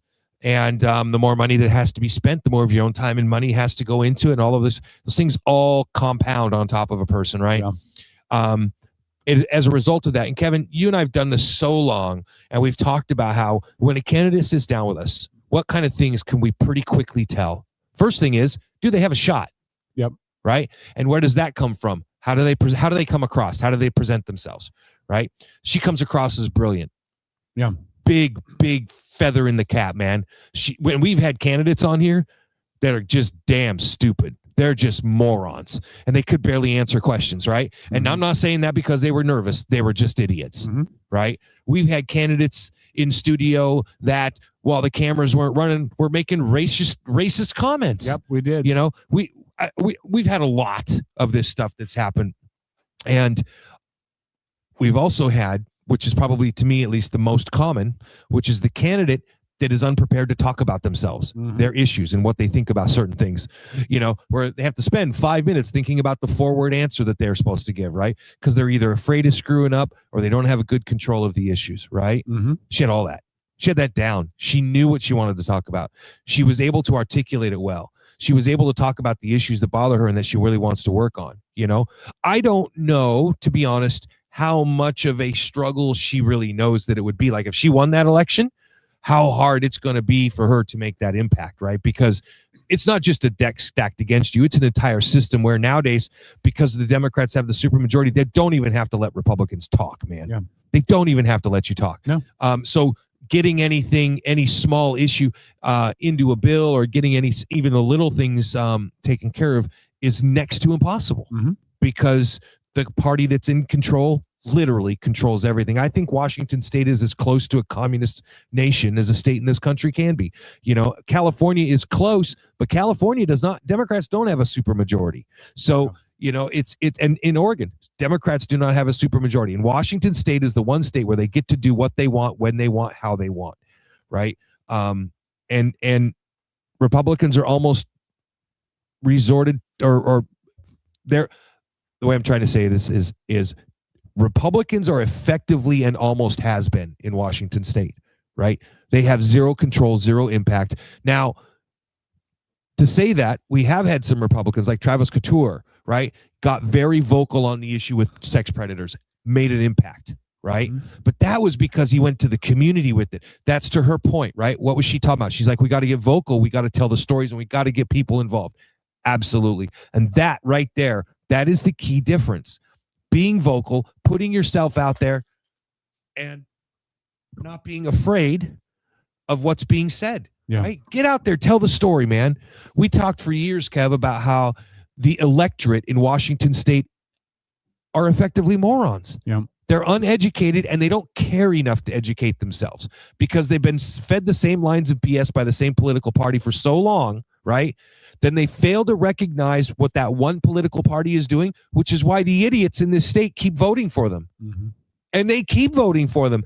And then to that point, their dead relatives keep voting for them. Suitcases keep showing up of votes for these people whenever there's a recount. Like, you cannot quantify the potential level of neglect and possible fraud that goes on in this state. It's mind-boggling. And I think once that smoking gun is found, I think we'll have a better shot. But we do believe in the process here, right? Yeah. And so we want the process to happen. We want everybody to have a voice and be heard. And we don't want to cross that line of of just saying it's all fraudulent, because there's a lot of good Democrats out there that win their votes and they earn it from the people, you know. And we don't have that smoking gun. We know it exists. We've had conversations about it. We know there are irregularities in the voting programs. So we know that these things are going on. And I just pray that through somebody like Katy there, getting out in the public continually, as often as she can, multiple times a week, making her impact now and continuing that impact through the election is what it's going to take. Yep. Nancy asked in chat, what does the 26 cover? So essentially, the 26th district covers West Bremerton all the way south to the Tacoma Narrows Bridge. Oh, does it include all of Gig Harbor? It includes all of Gig Harbor. If you get and Key Peninsula. Key Pen. Now, there is a spot north of Key Pen and south of Sunny Slope. Yep. Kind of in that. It's a very small area. It's a very small area that actually belongs to the 35th. Yep. It actually comes right up by my old house. Does it? It's like 2 blocks from my old house. Yeah. Yep. So it's pretty much South Kitsap. It's West Bremerton, South Kitsap, Gig Harbor, with the exception of that little niche there. Yep. So it tends to be a little more of a conservative district, at least it has in the past. Used to be. And so, it's certainly not as blue as it is up north in like Paulsville. It's about 55 to 60% red, but there is a strong, very vocal, progressive minority that lives there, and they are very vocal. A little place like Key Peninsula, you had Key Center there, right? There's like one grocery store, one bar, one hardware store, right? That little the No Kings protest, that area was packed. And they didn't understand why people weren't honking at them, because everybody fucking driving didn't like you. Yeah. Really quick, let me give my thoughts on Katy. Go ahead. I agree with you, Paul. I think she certainly seems competent. She seems smart as a whip. I would offer, Kev, and you can tell me if she is in the top tier of competency when it comes to people that we've had in here. Like Beeler, no offense, but you're right there. Same, like she's as competent as you were, like knowing the issues and stuff. I feel like she was way smarter than I am. Well, I won't say that because I value my health and I breathe. So. I think she did great. I like when I ask them a question and they say, I haven't studied that yet. Right? How many times have we ran into that over the years? Not very often. Not very often. Normally they try to BS their way through it. I asked her about the ferries. She said, you know what? I've got areas that I'm really strong in and stuff I'm going to have to learn in the ferries. One of the things I'm going to have to learn. I like the honesty. I get the impression she's got integrity. You know, she's going to be who she says she is. I'm going to need to get her on another 1 or 2 times before I make a decision on how or if I would support her. But I will tell you right now, if the race was tomorrow and it was Addison Richards against her, toss up, just the two of them, I'm not considering anybody else for like a primary or whatever. I'm voting for her anyway. I mean, the bar is so low by Dems, especially in this district. Whatever you do, take a moment and make the guests feel better. No. But I'm saying the bar is so low. Like if you're at home, and this isn't about Katy now, right? Right. But if you're at home and you're looking at the cost of gas and the cost of groceries and the cost of your power bills and the cost of everything else that you're paying, they're talking about doing an income tax in the state. They're talking about increasing taxes again because the last massive tax increase wasn't enough. You look at the cost of living in the state of Washington compared with everywhere else in the country. It's not a hard call, guys. No, it's not. It's not rocket science. I think she's smart. I from what I've ascertained so far, I think she would do at least a competent job, if not more. But let's be honest. You have somebody with integrity, which I think we see that she has integrity. That's my impression from having had the conversation with her. Running against a party full of people who don't have any integrity. It's a no-brainer for me. Now, I don't know who she's running against or anything, but it's a no-brainer. Yeah, but integrity doesn't mean anything to the Washington voter now. No. And that's true, Tom. That's my only reservation with Katy, and really with any Republican. It is really hard to support a Republican in this state when hand over fist they're being knocked down every time they run. And the numbers go more and more and more blue. And at some point, I've said this before, I have to question, does it make sense to vote for a purple Dem rather than a red Republican? Like at some point. What about a purple Republican? Well, but again, purple Republicans are few and far between. Yeah. They're usually generally relatively. Go for a pink Republican then. They're just they're light red. Half the Republicans in Washington State, Yeah. Kevin. They're really not that far. Yeah, but I mean, purple Dems are just as rare. You know, most of the Dems They're I not can rare. think of. They're not rare. Yeah, purple Dems. Any purples, they're not rare. Okay, Tom, you're talking to somebody who likes the color. Oh, all right. But I mean, Fuck up, Paul. you know, but I mean, those moderate people in the middle, I don't care what party they associate with. Those moderate people in the middle, how many of them actually vote? I think those are all the disenfranchised voters. Isn't that think really when what you we're talking about, though, Tom? We're talking about educating the voters. I don't Really? think that's it, Tom. You don't think so? No.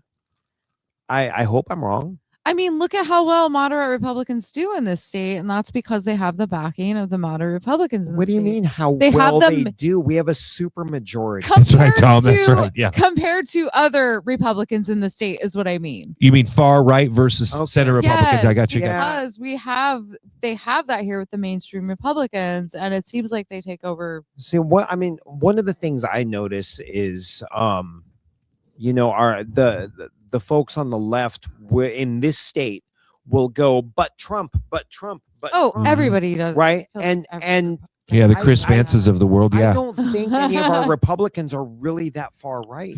We don't have any extremist Republicans. I haven't met them. I'm not saying they're not there. I just don't think they're there in any significant numbers. Certainly They're not in enough to significant vote. numbers. I agree. You're correct, Tom. Hold on, extremist Republicans, I would agree, but there are some very conservative Republicans in this state. We need to look no different, no further than the 35th. That's right. Look Right? at Jesse. But Jesse, I would say Travis is a Yeah. conservative. Yeah. Dan Griffey, Pure conservatives. Griffey. Yeah. They're You're not right. extreme. You're I right. think They're they're not- reasonable yeah. people. You know, I'm not talking about like super far right leaning QAnon conspiracy theorists. I know a few of them. But the problem is There's a Travis. small handful. Travis, as much of a genius as we think Travis is brilliant. He is. He's the perfect representative for his district. Dude is sharp as a whip. But if he Eloquent ran, talker.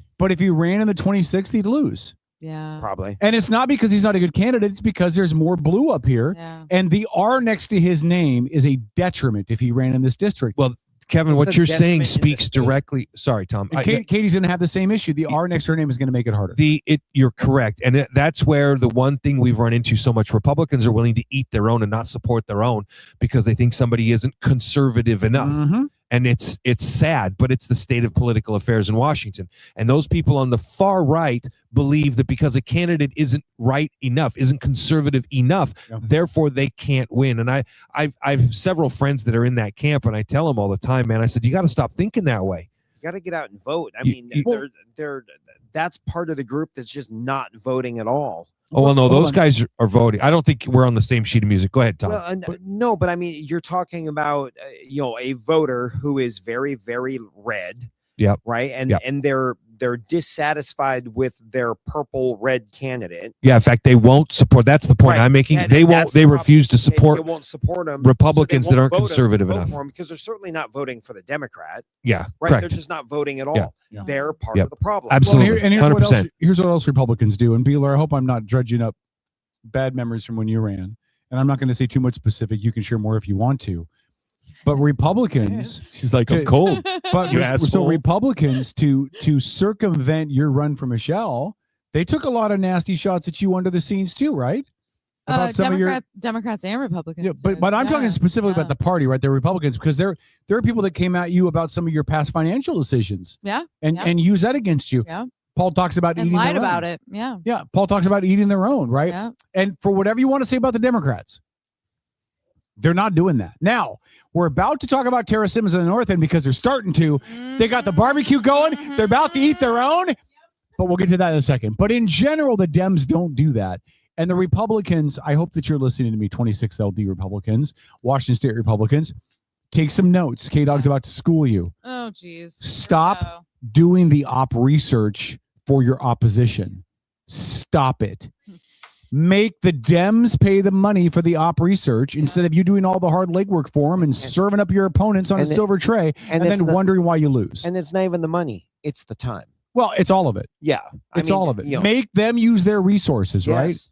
Resources, money, and time is a resource, and it's extremely valuable. I don't know why you can't just come out of the closet. You're giving advice to Republicans. You're talking to them Right? how they should do things. Because why don't you just fucking admit you're a Republican? I want a 50-50 legislature. That's what I want. I get that. Kevin. Or but Republican governor. Unless moi and the professor are so good at influencing your mind on Republican and conservative issues. I mean, we must be incredible, Alicia, to be able to sway Kevin so far to the right that he doesn't even act like a Democrat anymore. We just must be incredible fucking people. Hold on, but I am a Democrat on many things different than you. Like you talk about how people when they're over the age of 18, if they're trans, that's to you. You believe that's a form of mental illness. But that has nothing to do with the political platform. Well, it very much does. No, nothing at all. But go ahead. I mean, you can explain to me a good how. number of Republicans and conservatives believe that.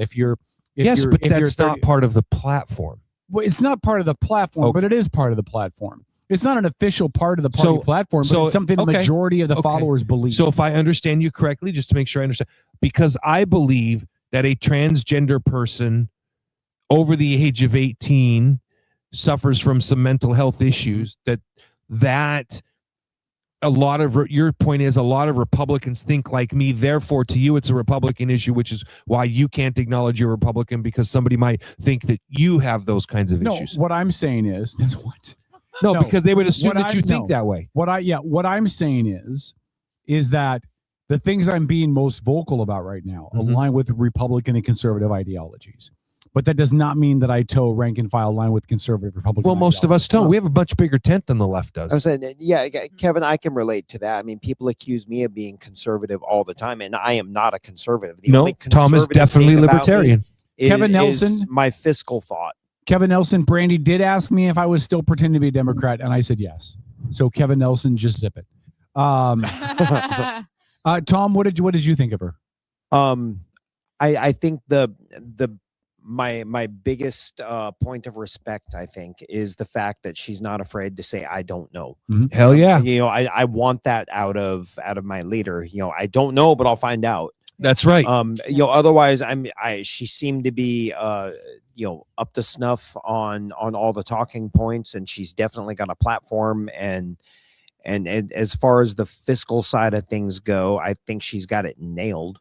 You know, I mean, the problems in this state are mostly fiscal, and I mean, they mostly revolve around ridiculous taxing. And so, yeah, no, if you know, when it's time to vote, she's got mine. I mean, you know, I want to hear more about. Well, she's got yours because there's no libertarian candidate on there. Well, I mean, exactly. it's still early. Yeah. Not everyone's announced yet. Right, That's true. Tom, you gonna run?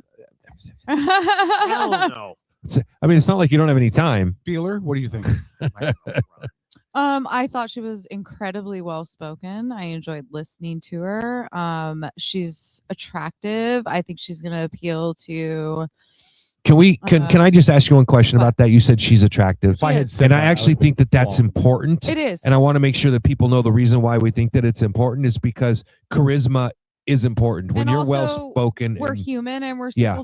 superficial at times. Yeah. It's just and humanity. it sucks to say that, right? Because I don't know about you, but when I say something like that, I always, oh, you're being superficial, right? But no, not really. Like President Obama was very, very well spoken individual. Yeah. You know, and we had discussed when he initially ran, you know, that you know, he's articulate, and that brings with it some charisma. Yeah. You know, and that's important. And I think in a lot of ways she has the same kind of charisma. You know, Your first impression as a human being is visual. Yeah. Right. I mean, there's no getting around it. You are human beings are primates, and primates are visual creatures. Period. No, I thought she was really great. I will say I did hear her speak of like nonprofits a couple times, and a lot of those nonprofits are getting their money from the government. Yeah, I mean NGOs Partially funded, yes. I mean, Gotcha. so that's something I think probably should be looked in further before it's just it comes out a few times. Like I even made a note of it because I heard it a few times. So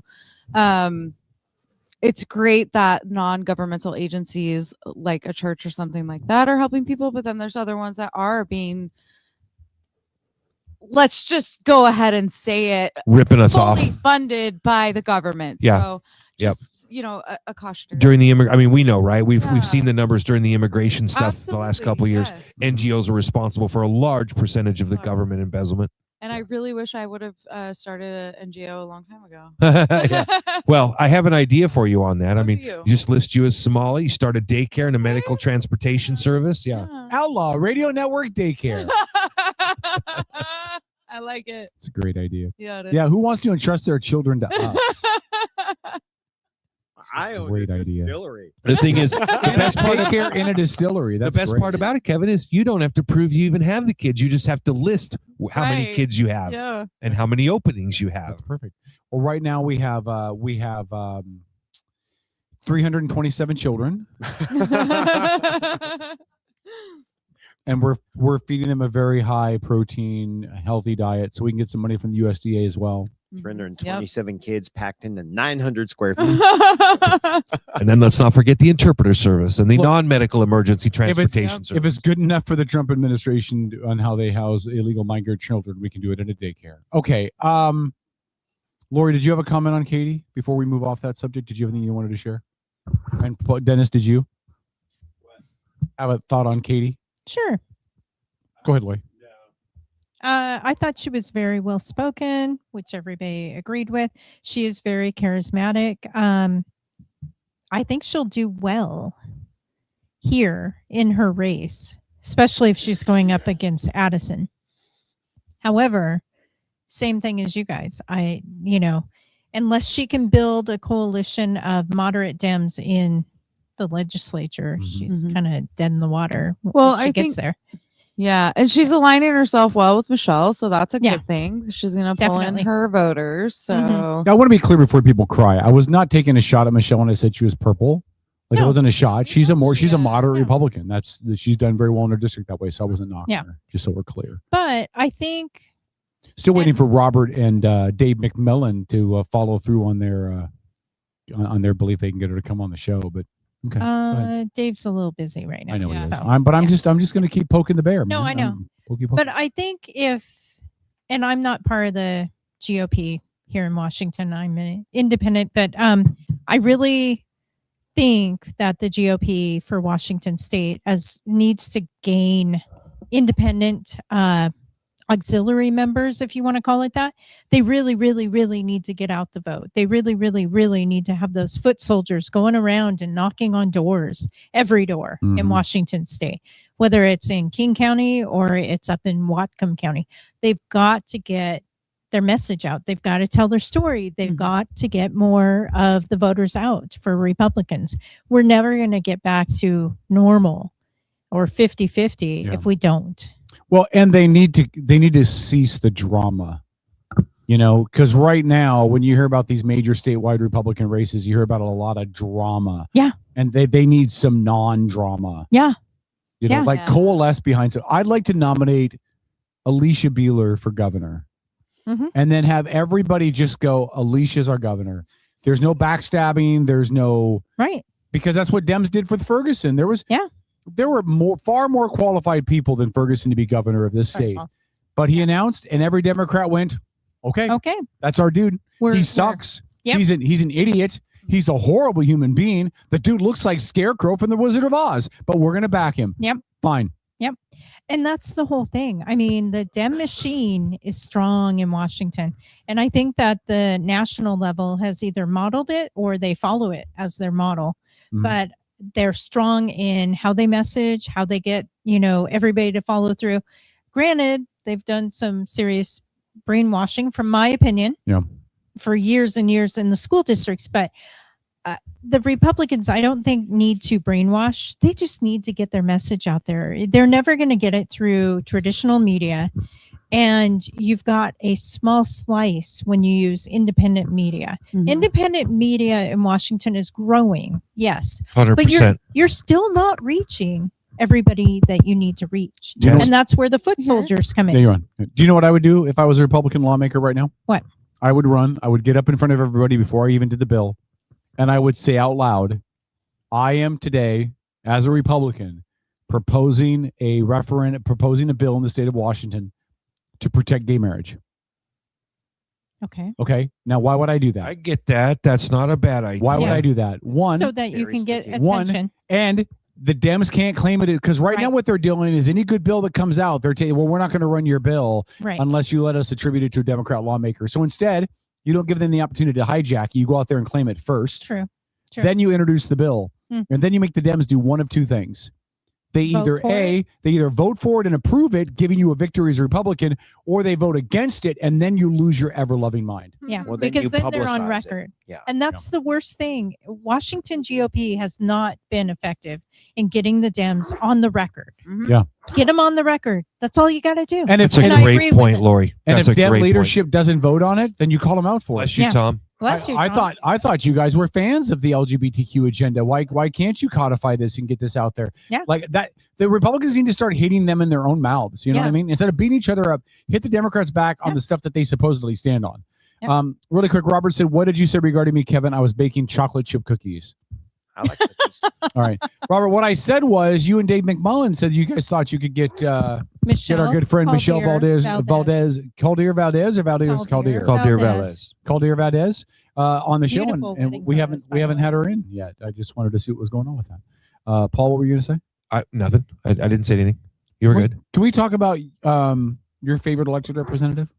I'm sorry, I couldn't hear you over Tom. What was that? Can we talk about your favorite elected representative? My favorite elected representative? Yeah. Where's this going? Tara Simmons. Oh, I was going to say, at what level is this? Federal? Is this state? Is this? First of all, Q, she's not my favorite. No, she's my favorite now because this thing is going to become a disaster, and I'm going to get the popcorn ready, and this is going to be like must-see TV. She can't be my favorite. She has me blocked on every conceivable way. Oh, Tara, did we hurt your feelings? Did you get some sand in your vajayjay? Oh, it was our fault. All right. I'm not here to be nice to nobody today. I'm just really not. Like, hi, I'm Tara Simmons. I ran for office. I got all sensitive, and now I'm going to block people because I'm afraid that how dare people question me. Shut up, Tara. And now her own is questioning. And now the Democrats are doing the exact same thing. Go ahead, Paul. I know you had. Well, I did, giving me a 5-minute notice before you threw that at me to get my information. We talked about it a half an hour. Would have been. I said we were going to that right after this. Where were you? You were right there. Pay attention. The big quiz. No, I don't think I heard you say that. But Did you anyway. hear me say that, Beeler? But anyway. And then I said we were going to talk about that, and we were going to talk about the fraud. Why are you trying to prove your point? You just sit there and take it like a man. Here's the thing. It has been very, very fascinating to me. I even found out more information this weekend. I won't disclose it publicly. Damn it. But I have found out that she is attempting to do something she's being highly criticized for even now as we speak. And I'll tell you guys about that off air. But when you read the PDC complaints, and I went and I posted about them on our Facebook page. In fact, with information from Mr. Parker as well. He forwarded me some of the information about it and the links and all that good stuff. But Parker said he asked Michelle, and she said no. But go ahead. Okay. Okay. So he asked Michelle Caldier Valdez to come on air to talk about some of this stuff, and she said no. After I thought she had previously said that she would. I thought she'd said that she was willing to. I think that was with Dave McMullen. That didn't really have anything. Okay, I got you. I got you. That's okay. Okay, understood. Well, and God bless Dave for the stuff that he did a great interview on the daycare stuff, and I just absolutely appreciate it. But here was the interesting thing, right? When I read through the PDC complaints against her, and I was willing, and I think we as a show, we were more than willing, but when we first found out the information about her, we had a lot of personal friends come to us and say, don't do this to her. They were friends with her. They were members of her nonprofit organization. And these were longtime friends of mine that said, please don't do this to Tara, right? Which we didn't do anything, right? We didn't even talk about the packet that was sent out to people about her. We allowed her to come on air and discuss it in a very open way so that nothing we did was accusatory, right? And I thought that was incredibly gracious of us, right? Yeah. When you're an independent news organization, to have somebody go to the lengths to put out a whole packet of information about you, it was almost like an entire, up against her, right? Handed to us and several other people. We were not the only ones that got it. And to the point where the Republican running against her for office called us live on air and said, don't do it, right? Because she didn't want to be associated with it. Look, if you want to kiss. I don't Okay, we're done. Okay, we're planning the next it segment. looked like she was Paul. trying to kiss you, dude. It No, was a little she's bit telling creepy me the looking. next segment, Paul. Why are Okay. you? Shut your fucking Okay. mouth. Hey. It's okay. Shh. So here's the thing about Simmons. Okay, Tara Simmons. I'm gonna call her Simmons. Anyway, so the PDC complaint was very interesting because what it laid out, and I had made these points, several other people had made them as well. But remember, why did she end up getting all upset with us? Because we were questioning her spending habits, because she was very publicly posting them all over her social media, right? It was the frequent trips, the many trips. It was the trip to Turkey, the trip to Norway, Sweden, and Denmark, the trips to Atlanta, the trips to DC, the trips all over the damn place, Mexico, right? cruises. And this was a woman who had been relieved of her duties at her own nonprofit, for which she was paid handsomely, okay? And then she posted, after all of that, and we had questioned her, then she posted pictures of herself and bragged about being in the Seahawks suite, yeah, right, where everything is paid for. And my wife at the time had literally just cut a check for one of those suites, and they're like $20,000 a game. Yeah, they're spending. And so the issue then becomes, look, you're a publicly elected official. You need to acknowledge who that gift was from, right? She wasn't acknowledging any of it. Then on her personal information, she was listing that she owned a house that she didn't live in, or that she lived in, but the house wasn't in her name. Well, that doesn't make sense, right? So that was another thing. All of these things started adding up, right? And we began asking. These are legitimate questions for independent media and for her constituents to be asking, okay? And then, unfortunately, there was the whole situation with her deciding that as a woman who was afraid for her life, she needed to learn how to use a gun, specifically an AR-15 style model with too big of a clip that she had helped get rid of, right? And so then that went out there. But listen, on the PDC complaint, it really laid out that at least 2 chunks at $15,000 apiece had been funneled through effectively non-existent nonprofits down in Las Vegas. So the voters expect certain behavior from their elected representatives when they give them money, right? It's not, voters aren't giving somebody in office money for their own private slush fund. They're not giving you the money. They're expecting that money to be used for reelection campaigns, et cetera, right? And what Tara did, according to the PDC, was she made 2 $15,000 donations to a fellow felon in Las Vegas, going and passing that money through 2 non-existent nonprofit organizations. That doesn't seem fishy at all. Nothing wrong there. Look the other way, right? So with that in mind, that's why those PDC complaints got filed. Certainly seems like a shithole of trouble, if you ask me. Have you read the whole thing? I read it.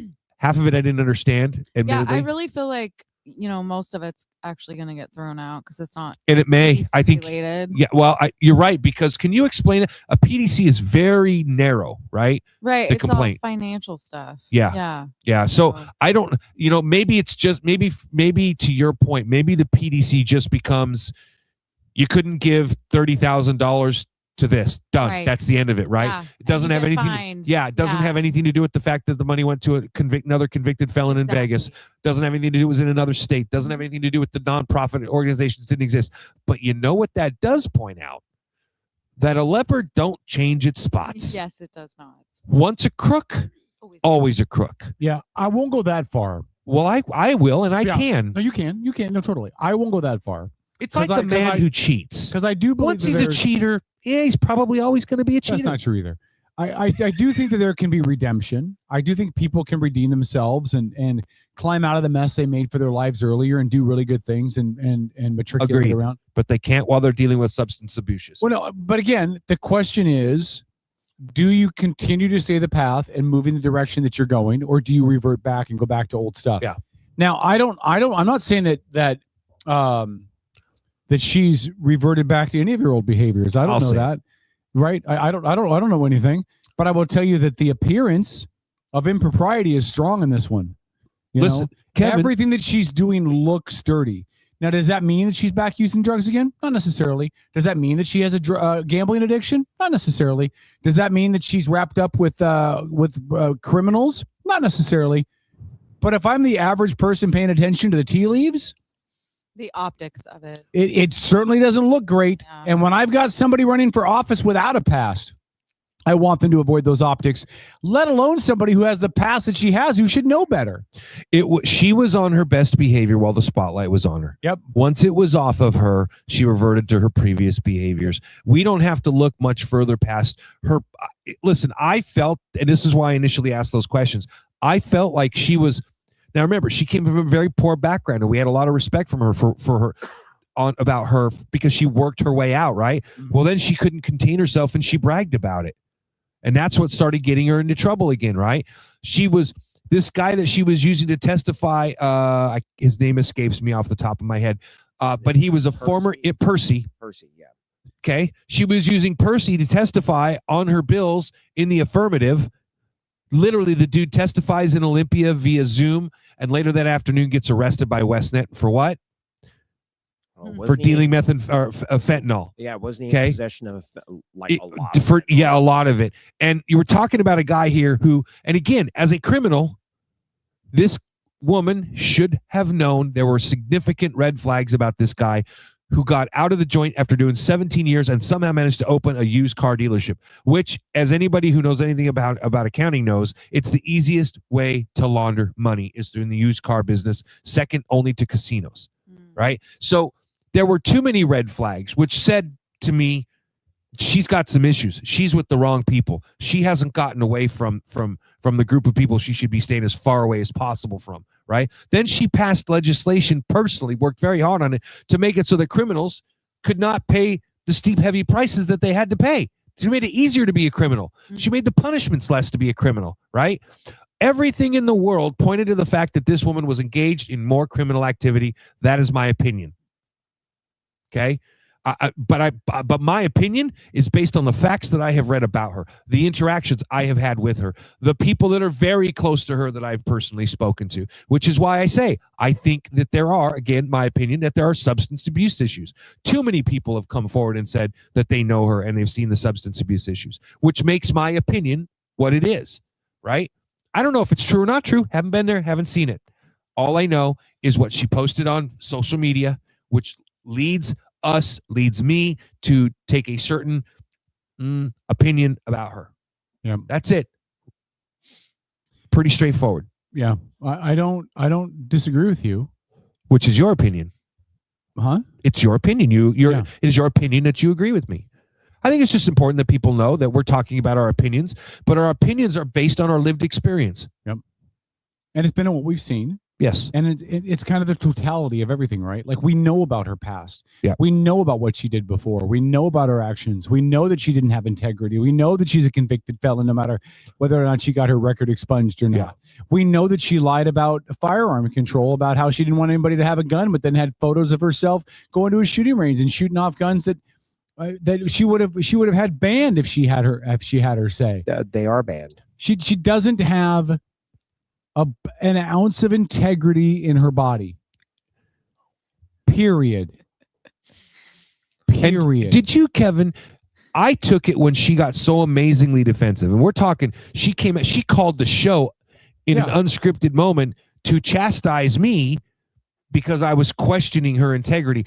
And I'm just going to say that if you're an elected public official and somebody within the media is questioning what you're doing, the last thing in the world, if you're innocent of the accusations, the last thing you should do is call and get a crawdad up your crayfish and be upset and lose your ever-loving mind about it.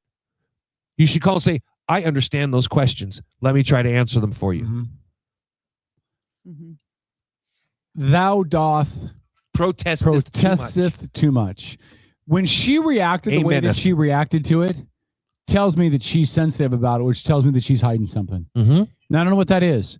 Maybe a relationship she doesn't want to get out there. Maybe it's gambling. Maybe it's drugs. Maybe it's addiction. Maybe it's issues with her nonprofits, which is why she got released by one of them with a gag order in place.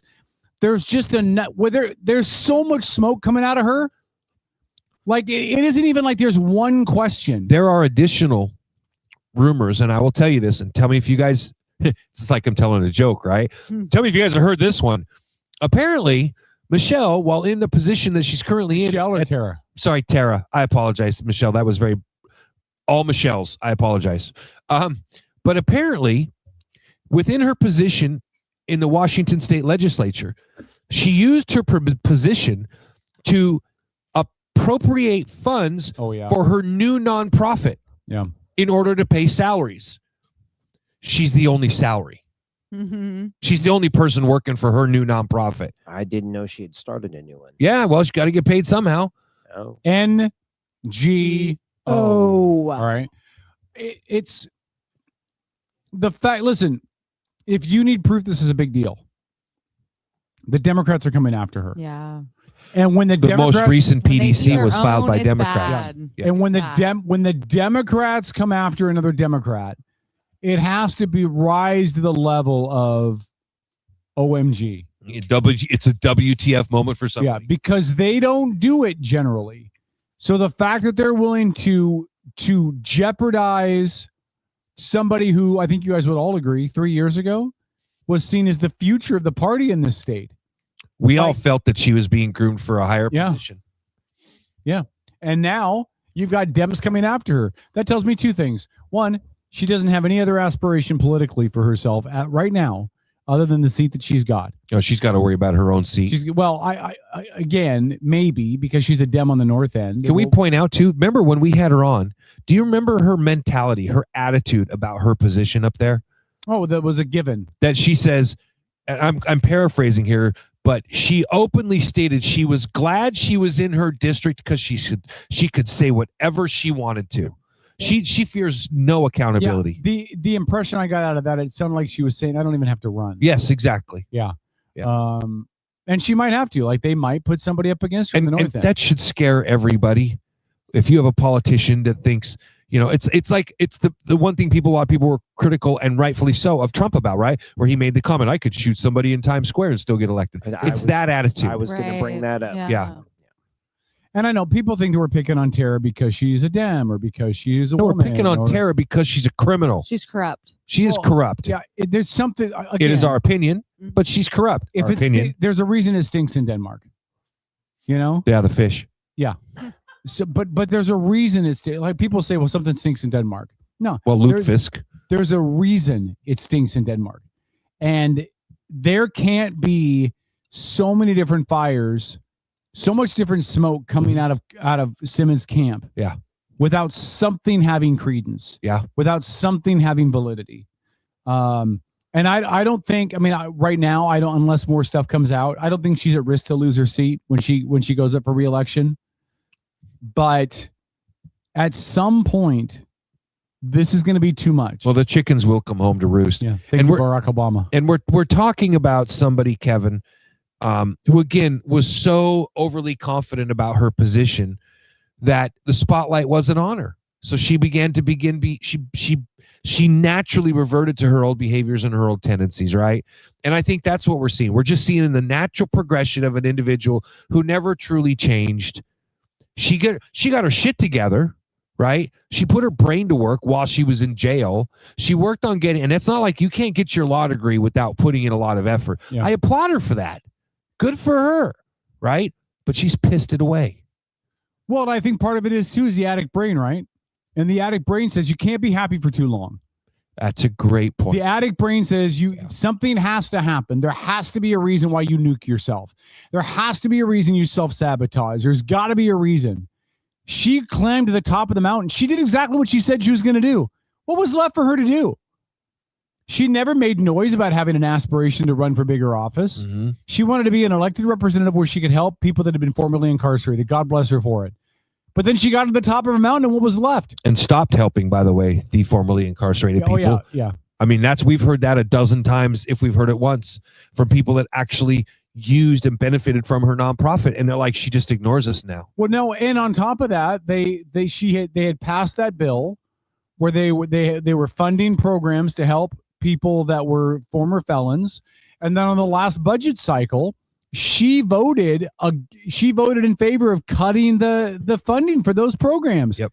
And she was and then lied about it. And then lied about it. She's a convicted felon who benefited from the programs. And then the minute she got her benefit, she ran. She's a convicted felon who got into office, ran to her buddy, Uncle Drew. I think it was Drew that helped to write the bill that helped write her Drew petition McEwen to get her felony conviction dismissed. And then, so now she's not even she's like Patty fucking Murray, man. Like, you get into office and you forget everything that got you there and who you stood with and who stood alongside of you and what your platform was so you could become another member of the bourgeoisie. That's Tara Simmons. But what is that? What word did you just use? The bourgeoisie? I don't speak Italian. What does that mean? No, French. Bourgeoisie is I French. know it's French goofball. I was trying. All right. Yeah. It's basically the ruling party that got decapitated during the French Revolution. In France. In France, yeah. the Tom, Marie France Antoinettes. France is right across the street from England, Tom. Oh, is it? Oh, yeah. That North End race is going to be fun to watch because if they find somebody decent to primary her. I think no matter what. I think yeah, but somebody decent because they're going to have that support of our They have group. a moderate Democrat running, actually. That's right. I did hear that. Yeah. And in fact, didn't we get a name too? Yeah, Well, I sent the person a Okay. Facebook message, but I haven't heard anything. No, that's well, and then we'll kind of get a chance to decide if it's somebody that has a good shot or Absolutely. not. But I don't think a moderate Democrat can win up north. I think it's got to be a lib. Yeah, Because of Bainbridge. By the way, Robert Parker said Drew Hansen helped Tara, not Drew McEwen. oh, okay, thanks, grammar police. No, I think it's true. McEwen's It is true. McEwen's a Republican, people. right? Yeah. Well, yes, clearly two different last names. Isn't I McEwen- appreciate the correction. McEwen's a Republican too, right? Huh? Isn't McEwen a Republican? I don't remember. I don't have all the names remember. But yes, I think you're correct, Kevin. So you attributed the wrong Yeah, party. I did. Wrong party, wrong person. Yeah. I fall on my sword for you. Thank you for correcting me, Robert. I appreciate that. Not really. I'm not perfect, man. I make mistakes. Ask my ex-wife. Just don't ever text him about any issue. Who? McEwen. Don't ever text them about an issue. Speaking from experiences, Well, I'm looking to see if Yes. McEwen's a Republican. I got way more response out of Dan Griffey and Travis Yeah. Tour. Yeah. Yeah, I believe absolutely. it. I believe it. Yeah. So I'm looking at Drew McEwen's website, and it does not say anything in there about what party he is. So I assume he's a Republican. He's a Republican. Because in this stage you have to. The very top Senate of it says Republican. Oh, he is a Republican. There you go. Thank you, Beal. I'm glad you can read. Yeah. Get back. You have to be a college That is professor. his Washington legislature page, by the way. Yeah. Yeah. Okay. Perfect. All right. Okay. All right.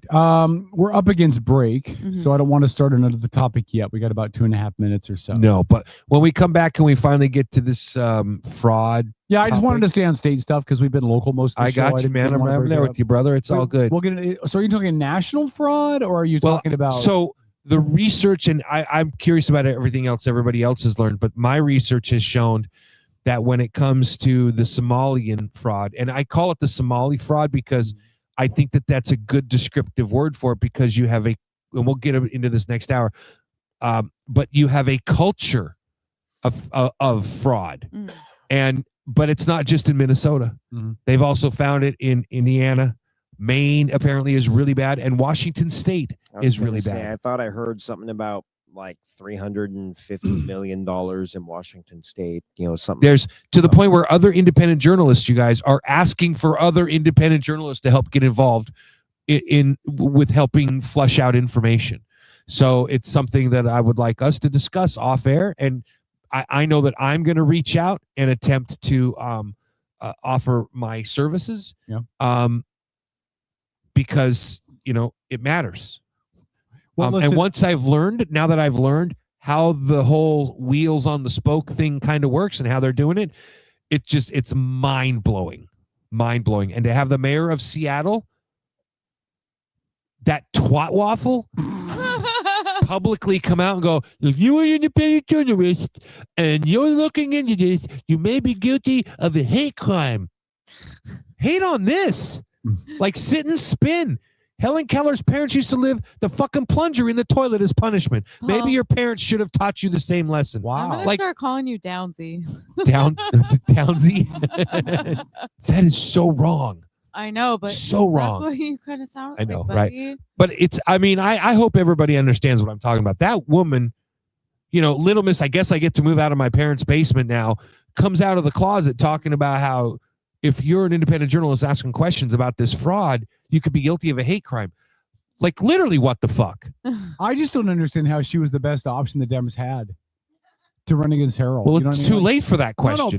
No, it's not, and here's why. But she's already Hold on. elected. She's already elected, but here's why it's not too late. Okay. Because in 3.5 years, they're going to have another election. Do you know what can happen in 3.5 years with a? You're missing my point. I am. Okay, I my don't point think is she's going to make it through her whole term. No, but again, that's moot. In 3.5 years, they're going to have another election. If Katie Wilson was really the best the Democrats had to draw from, what kind of donkeys are they going to be running in 4 years? They've already scraped the bottom of the proverbial barrel. They can't. I get love any you, worse. but besides finding somebody on a meth addiction on the corner to run, I mean, Kevin, you're actually challenging the state Dems. You're challenging them to do worse. Don't do that. Yeah, they might take you up on it. I don't believe they can. I'm sure they can. They've run a convicted felon with a drug addiction and a history of past decisions and got her elected to the state representativeship. And they've got the mayor of the biggest city in the state who's never had a real job, who couldn't even account for how much money her parents were paying her every month to help her get by. Oh, no. Did you see the newest one? She just got fined by the state because she failed to report her parents donated $10,000 to her campaign. Already. Yes. Oh, PDC violation. She just fucking started, for God's sakes. I mean, that The seat isn't even warm yet. right, but that would have probably been campaign stuff. It was. Yeah. Yeah. You know what the fine was? What? A whole $250. Of I'm surprised she was able to pay it. I know. Well, she probably borrowed that money from From her her parents, parents, and then she's going to yeah. get another PDC violation because she won't Daddy, report it. This time I need it'll be some more money in $25. my account, please. Yeah. Daddy! Like there was so much shit that was talked about her that was so easy to believe. Like I can't believe it was all true. Can you imagine the phone call, though? Daddy, the mean PDC is picking on me again. All right, let's take a break. When we come back, we'll get into the Somali questions. Later in the hour, I do want to talk about Denmark because this entire story has me rattling my brain. Like I don't understand. What did I miss? Now Trump is threatening to put tariffs against nations in Europe that don't support him taking Greenland. The nations in Europe came out today and said, "Oh, cool, a trade war. Great. Where do we sign up?" I don't understand it, so we'll talk about this later. Stick around. I think that's what they really. That's what they basically said. You tariff us, we'll tariff you. Yes. Yeah. It's called a trade war, Paul. Take notes. I don't think that'll really- Outlaw Radio. Paul's shutting up. We're back after this.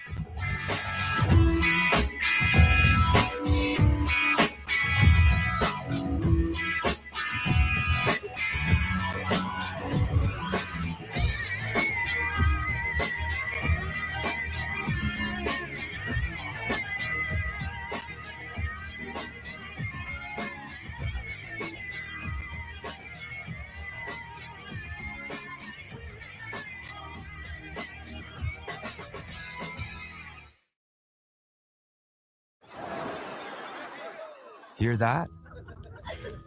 That's the sound of your life. Perfectly imperfect. Beating in rhythm to the world you've created. But every time you drive after drinking, the music gets drowned out. Your life sounds pretty great. Don't let a buzz ruin it. Buzz driving is drunk driving. Don't drive buzzed. A message from NHTSA and the Ad Council. Admin a la carte are specialized local experts committed to helping you run your small business. From general admin and sales support to marketing, digital media and technology to real estate and compliance, Admin a la carte's only goal is to take your business to the next level. Find out how Admin a la carte can elevate your business. Visit admin-a-la-carte.com for more information. That's admin-a-la-carte.com. Admin a la carte. Your business doesn't fit into a box. Why should you have to? Talking about guns with others might not always feel comfortable, but it could save a life. Here's a way to start a conversation. Your family is going over to your neighbor's home for dinner for the first time. How would you ask if there are any unlocked guns in the home? Hey, we're so excited for tonight. Before we come over, though, may I ask if there are any unlocked guns in your home? Our guns are stored securely, locked in a safe that the kids can't access. Awesome. Learn how to have the conversation at agreetoagree.org. Brought to you by the Ad Council. On a recent episode of the Outlaw Radio Network. Some of our listeners even appreciated you dumbing it down for them. So, on behalf Sometimes of I have to thank you. mansplain for people like. By the way, mansplaining is when men explain things to a woman in a condescending tone. I just mansplained mansplaining. It's the Outlaw Radio Network Sunday nights at their new time from 6 to 10. Are you ready to elevate your spirits? Look no further than Black Rain Spirits, your local craft distillery nestled in Town Square Mall. Indulge in the smooth richness of our handcrafted spirits, meticulously distilled to perfection. Whether you prefer the bold kick of our bourbon or the subtle sophistication of our gin, Black Rain Spirits has something for every palate. Visit us today at Town Square Mall and experience the essence of true craftsmanship. Black Rain Spirits, where passion meets perfection, unconventionally traditional. Get your popcorn ready. It's the Outlaw Radio Network.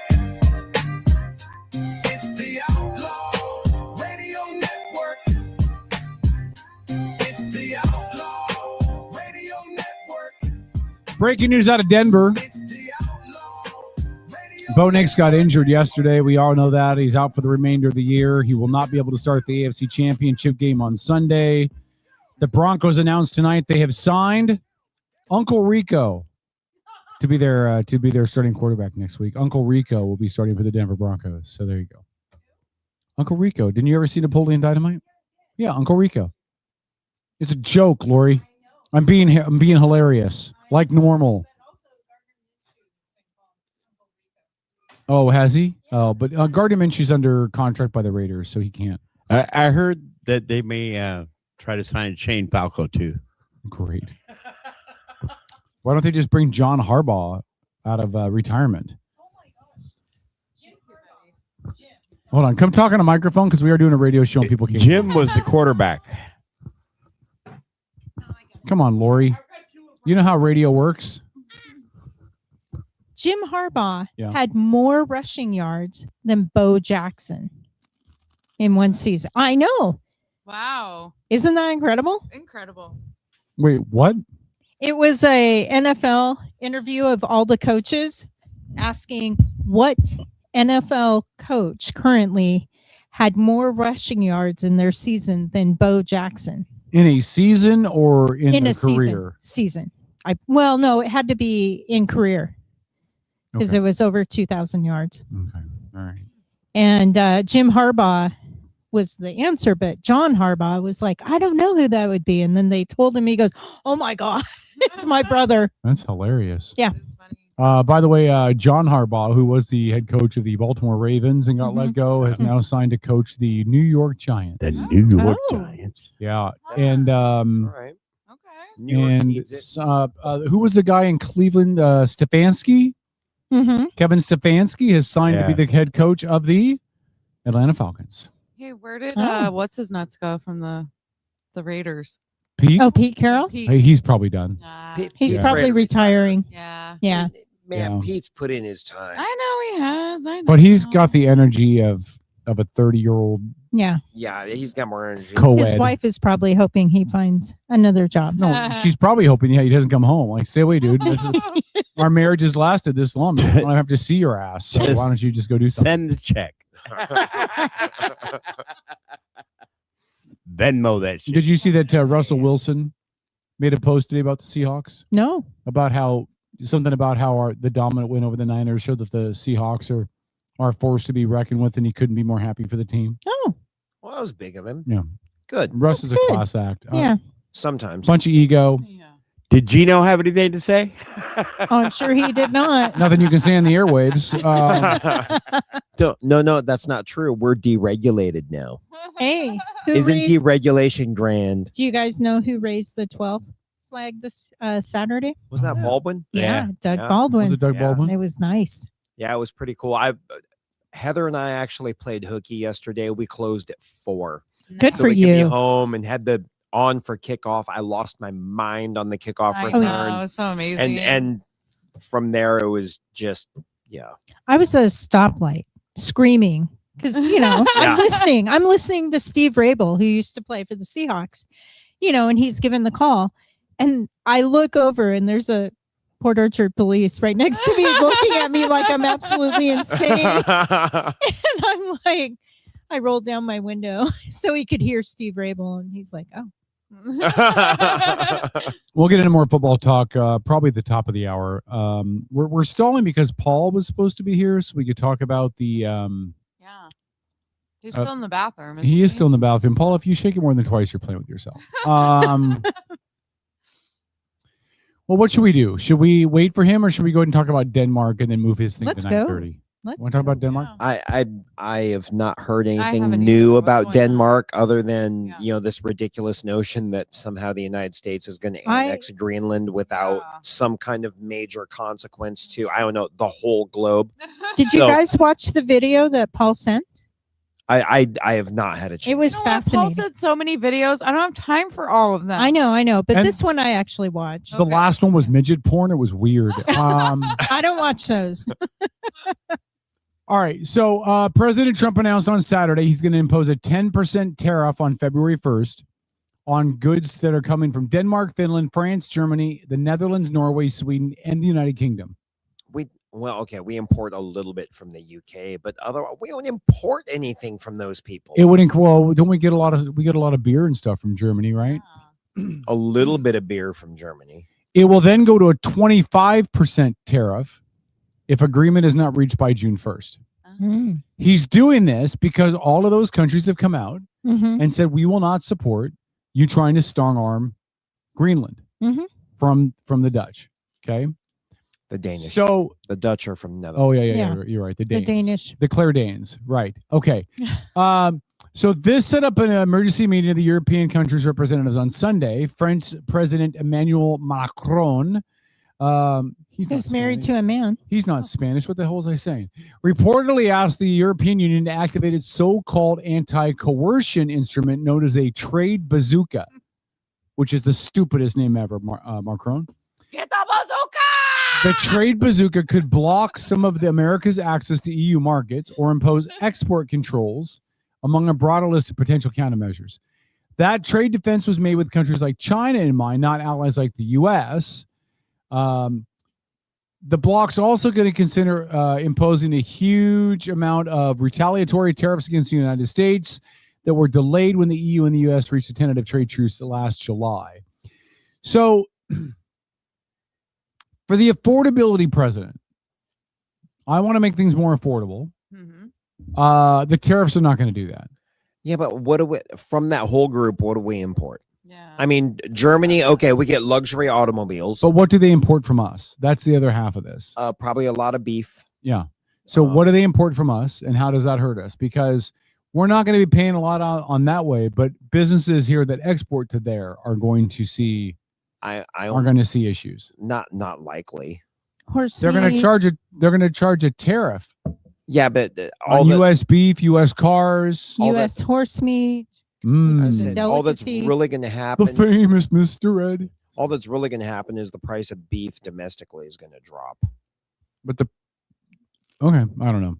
Are you threatening me? We'll have a surplus. Yeah. Here in the U.S. The price. I really hope it does drop. Yeah, the price of beef domestically is going to drop. Because of supply and demand. Yeah. There'll be a glut of beat up beef on the market. Yeah. Speaking of a glut of beef, how you doing, Beeler?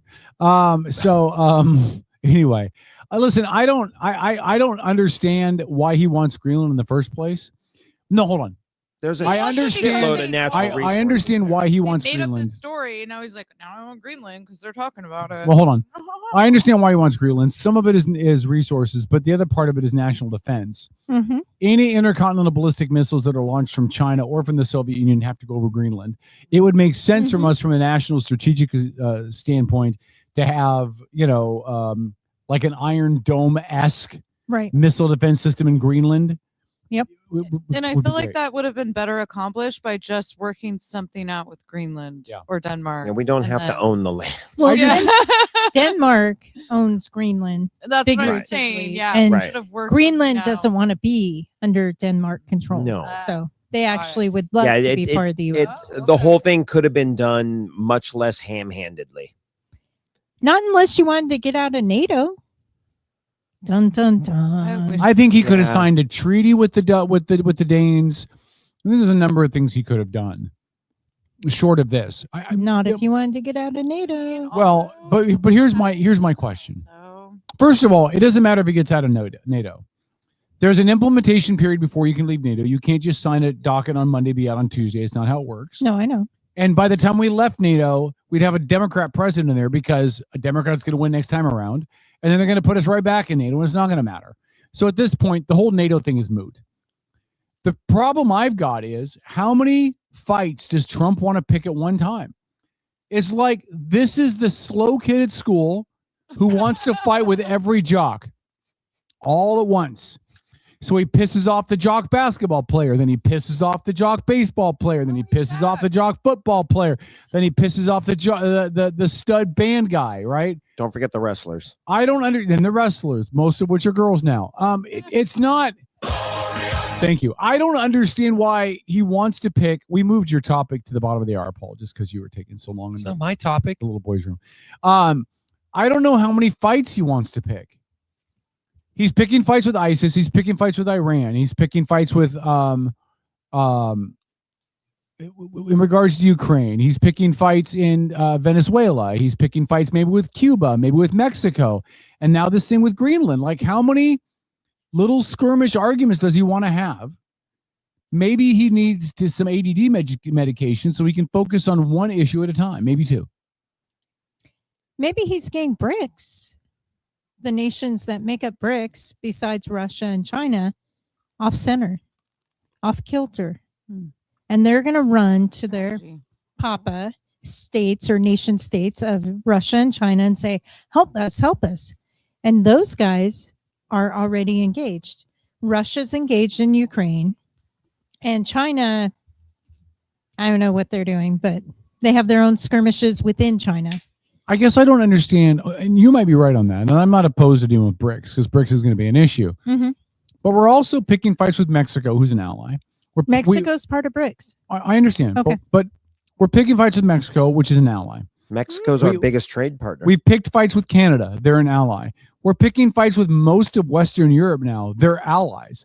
Like, if you want to go F around with BRICS, or if you want to go F around with the Russians in Ukraine, or you want to F around with the Chinese, with Taiwan, whatever, that's totally fine with me. That's about world balance of power stuff. But he's picking fights with them and with a whole host of our allies. Okay. I don't understand. But okay, let's go back to high school. Okay. And you have a group of friends, Mm-hmm. and you I didn't have any friends in high school, but go ahead. you start to realize that those friends are hanging out with you because you're always paying. You go to Dairy Queen, you pay. You go, you drive to the game, you pay in gas, and you pick everybody up. You go to the movies, you're paying for everybody's ticket. Yep. That's the U.S. But I'm not saying that doesn't need to be US. fixed. But should he be addressing that at the exact same time he's picking fights with Iran and Russia and Syria and not Syria, but Okay. is He's only got was. 3 years left. But why not? Why not do it all at once? Because now you've got everybody off kilter going, do I play to his ego? What's going on? How do I deal with this?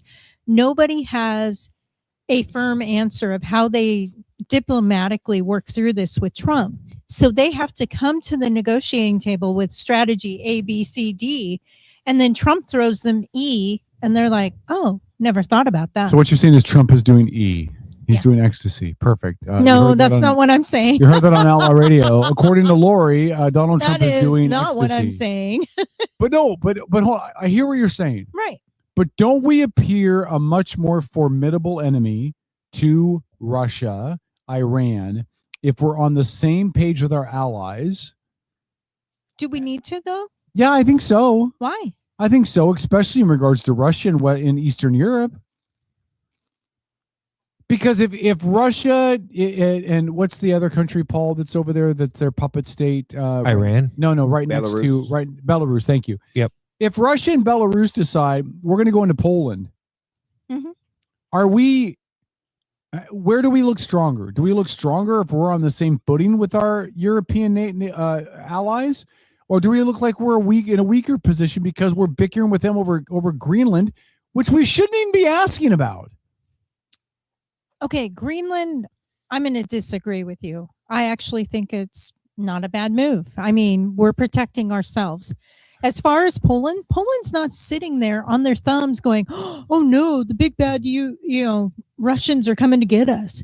What are we going to do?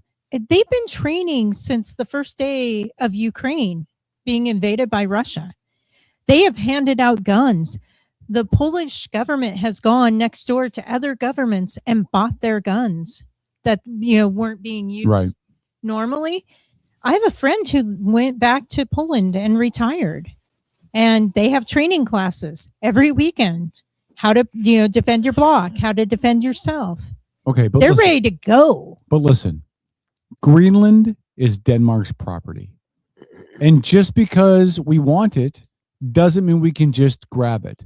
That would be like if I went to Paul and I said, Paul, I know you're seeing this new woman and that technically she's your property, but I would like her and you must give her to me. Fuck? That doesn't work that way. It does not work that way. Yeah, Paul. Especially not with allies. Not with allies. Maybe you can try to apply some pressure to get your enemies to give up stuff, but you don't go to your best friend and say, hey, I know that's your OPP. You know me, but I'd like it. So give it to me. But are they really your allies? Denmark You're is. paying for everything? Denmark is. If you're paying for everything? you. Yep. Well, that's how most relationships work when you're No, the woman You want uses to be you, on spends equal all the money out of your footing. bank account. You want to be on equal footing. So now that's why he's picking all of these little fights. They may seem minor, but that's why he's picking them. They're because ridiculous. They're having to figure out, oh, wow, if the U.S. does not show up to protect us, Russia's going to steamroll us. Right. What are we going to do? Oh, wait, Trump asked us to pay, 10% extra? Last time he was in office. Now we should probably pay 50%. First of all, Russia would not steamroll anybody in Europe. Okay. They can't even beat Ukraine. They're not going to be able to stop the Germans, the French, the British. Do you remember how the French were in World War II? I know. I don't. Disagree yeah, with that. the French. And do you know how Europe is now? They would be allied together They're against the Russian unarmed. threat. Huh? They're unarmed. But they have militaries. They're weak. Listen, they're going to thaw out Adolf Hitler's DNA. They're going to reinstall him into power.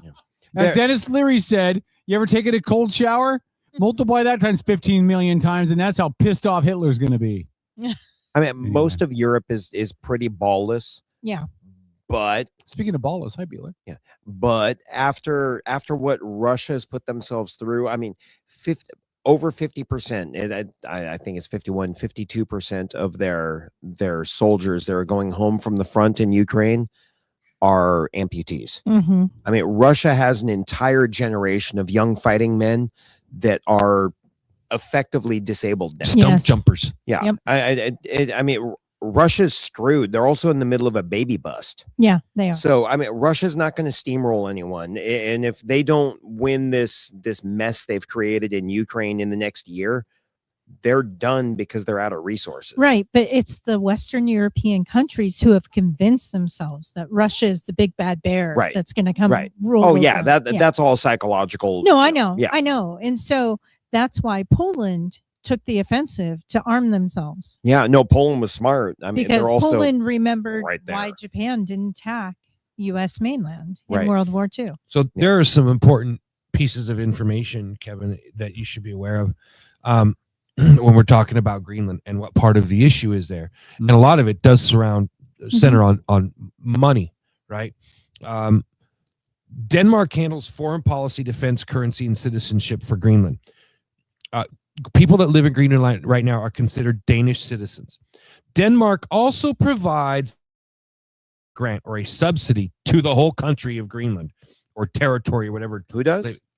Denmark provides a grant Okay. or a subsidy to Greenland. It makes up a full third of Greenland's national budget. Right, but how many this is people are in important. Greenland? There's like less than 100,000 people. There's only 57,000 Yeah, people. the whole ice block. Let me finish. There's a significant political movement in Greenland towards full independence. However, economic independence, given the fact a third of their budget is made up by Denmark, precludes this. In other words, they want independence, can't get it because they can't afford to have it. Yeah, they most certainly can afford to have it. They So- just have to go dig in their backyard. They don't have the money to do any of that. No. The people of Greenland are amazingly poor, and Denmark does not give them enough money to.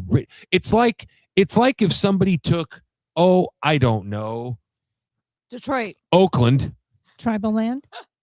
And said, okay, Oakland, here's the Hawaiian Islands. Take care of yourself. Oh And they're my like, gosh.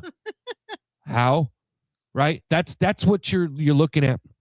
And the United States, as I think I explained this last week, the United States watched as NATO and Denmark ran several naval operations because the only way the Russian fleet is getting out of their northern ports is through the strait. They call it the Geock Gap or something like that. Anyway, it's Greenland, UK, and Iceland, right? Those islands control that area. The problem is they can't afford to defend it.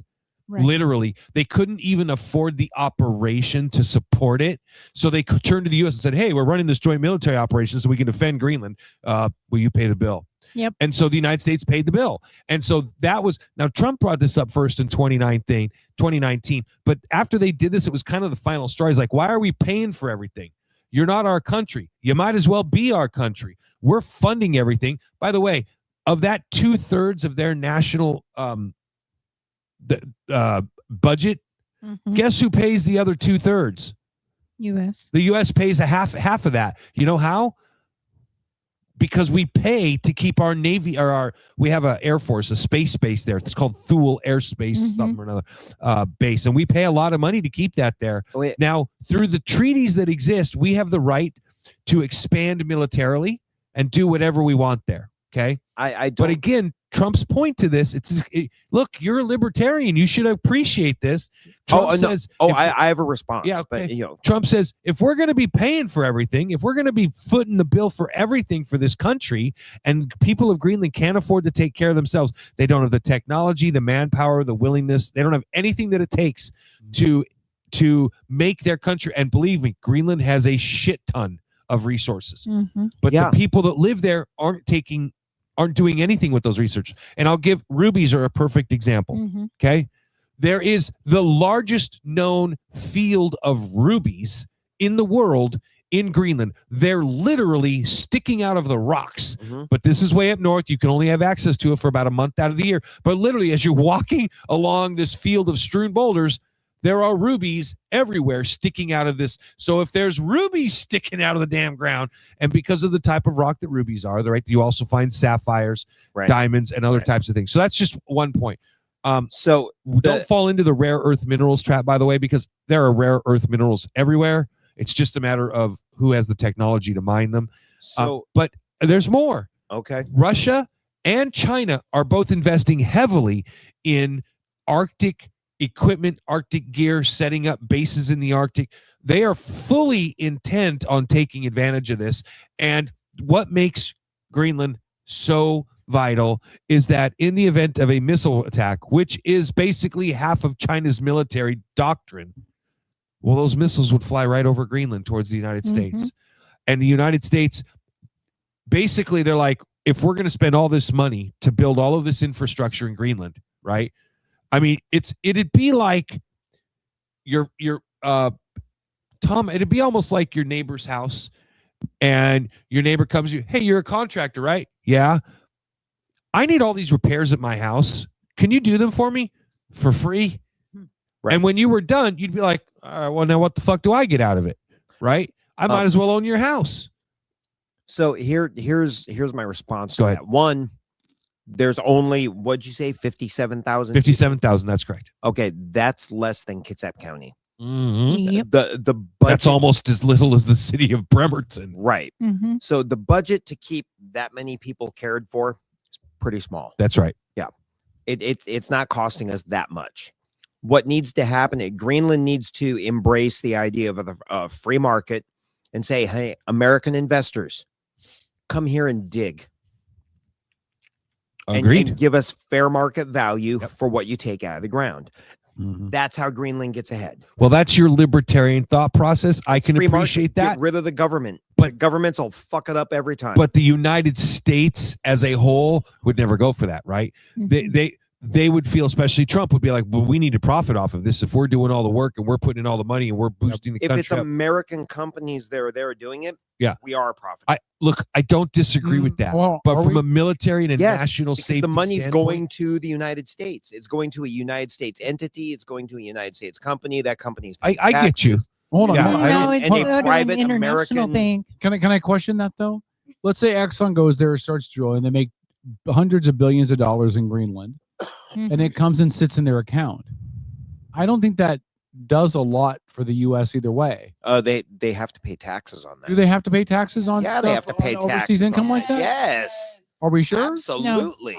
Okay. I disagree. I agree with Lori because there's disagree. all kinds of ways for them to get out of paying taxes. You would find a tax shelter country that you could put in the bank the money that you're earning in Greenland. I get don't what think you're there's any- saying. If it comes back to the U.S., it's I just don't think there's any benefit. I mean, I think it's good for the corporations and it makes Mm-hmm. them stronger and more, they can do Well, more or I- whatever. But I don't think it. I can from tell an you point economic blank. standpoint. I understand the concept. I understand the whys. I will say that if Trump, and I don't mind him making a deal on it, right? The United States has expanded multiple times by purchasing other areas. The Louisiana purchase, right? Alaska. Yeah. Other. We've done this a lot of times, right? Yeah, if however, he uses military might to take Greenland, that's where for me it's done. I would not. I could not support that in any way, shape, or form. I think Trump was just making an offhanded I comment, think that- and people got so pissed about it that he was like, "Man, I'm gonna." Well, these you're people. right. We're gonna buy Greenland. Go do a 5-minute Google search and try to quote Trump ever saying he would use military on Greenland. He's never said it. He never has. He's implied certain things, but other people are the ones who have Put it in talked his about. mouth. Yes, Yeah, exactly. So there is absolutely. I think there's a lot of credibility to what you're saying, and because the conclusion can be drawn. Well, Trump has actually never said he would use military force against Greenland. He's just made the point that everything's on the table, and he has said one way or another that the United States will acquire Greenland. The best way for that to happen is let Greenland retain its sovereignty, and the United States goes in and makes money on extracting the resources.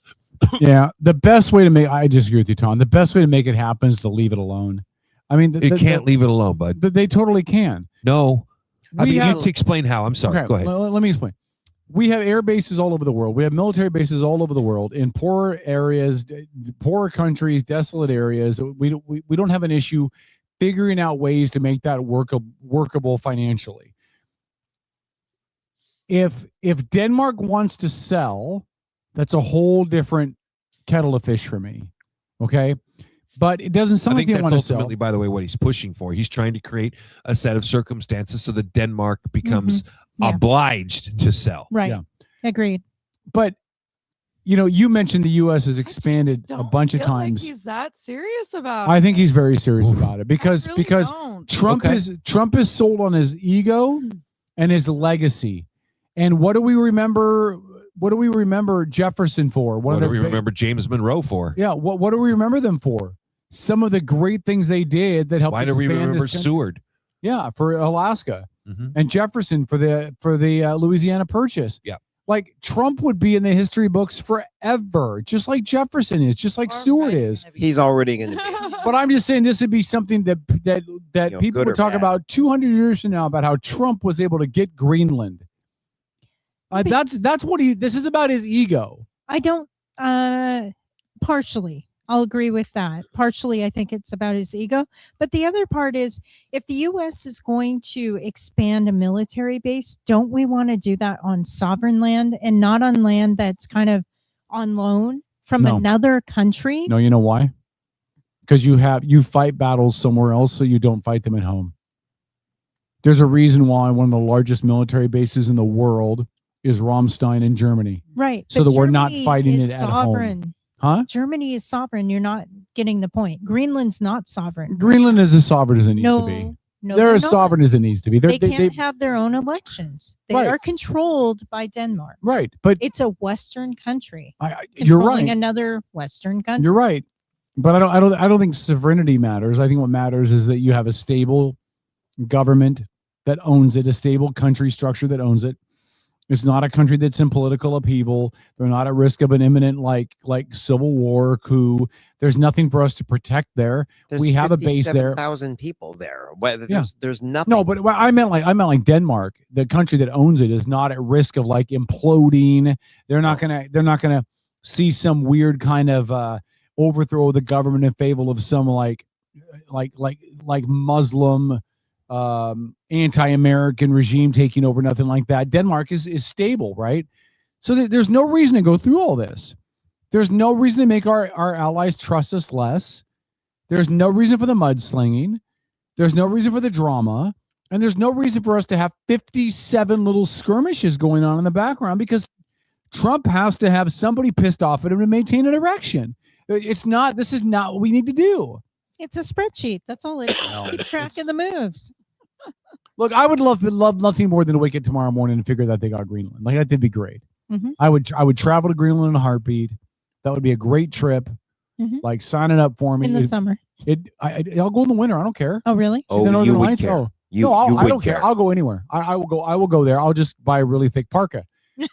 But and it'd be easy to go there because it'd be a U.S. territory. I wouldn't even need a passport. But my desire to want to go there is tempered by the fact that that's not ours. It belongs to Denmark, and we can't just be like, bitch, give me your country. That's not how it works. It's monopoly. Sure it does. Well, good luck. I don't think that governments are going to sort it out right. Governments are going to screw it up every time. Let the free market sort it out.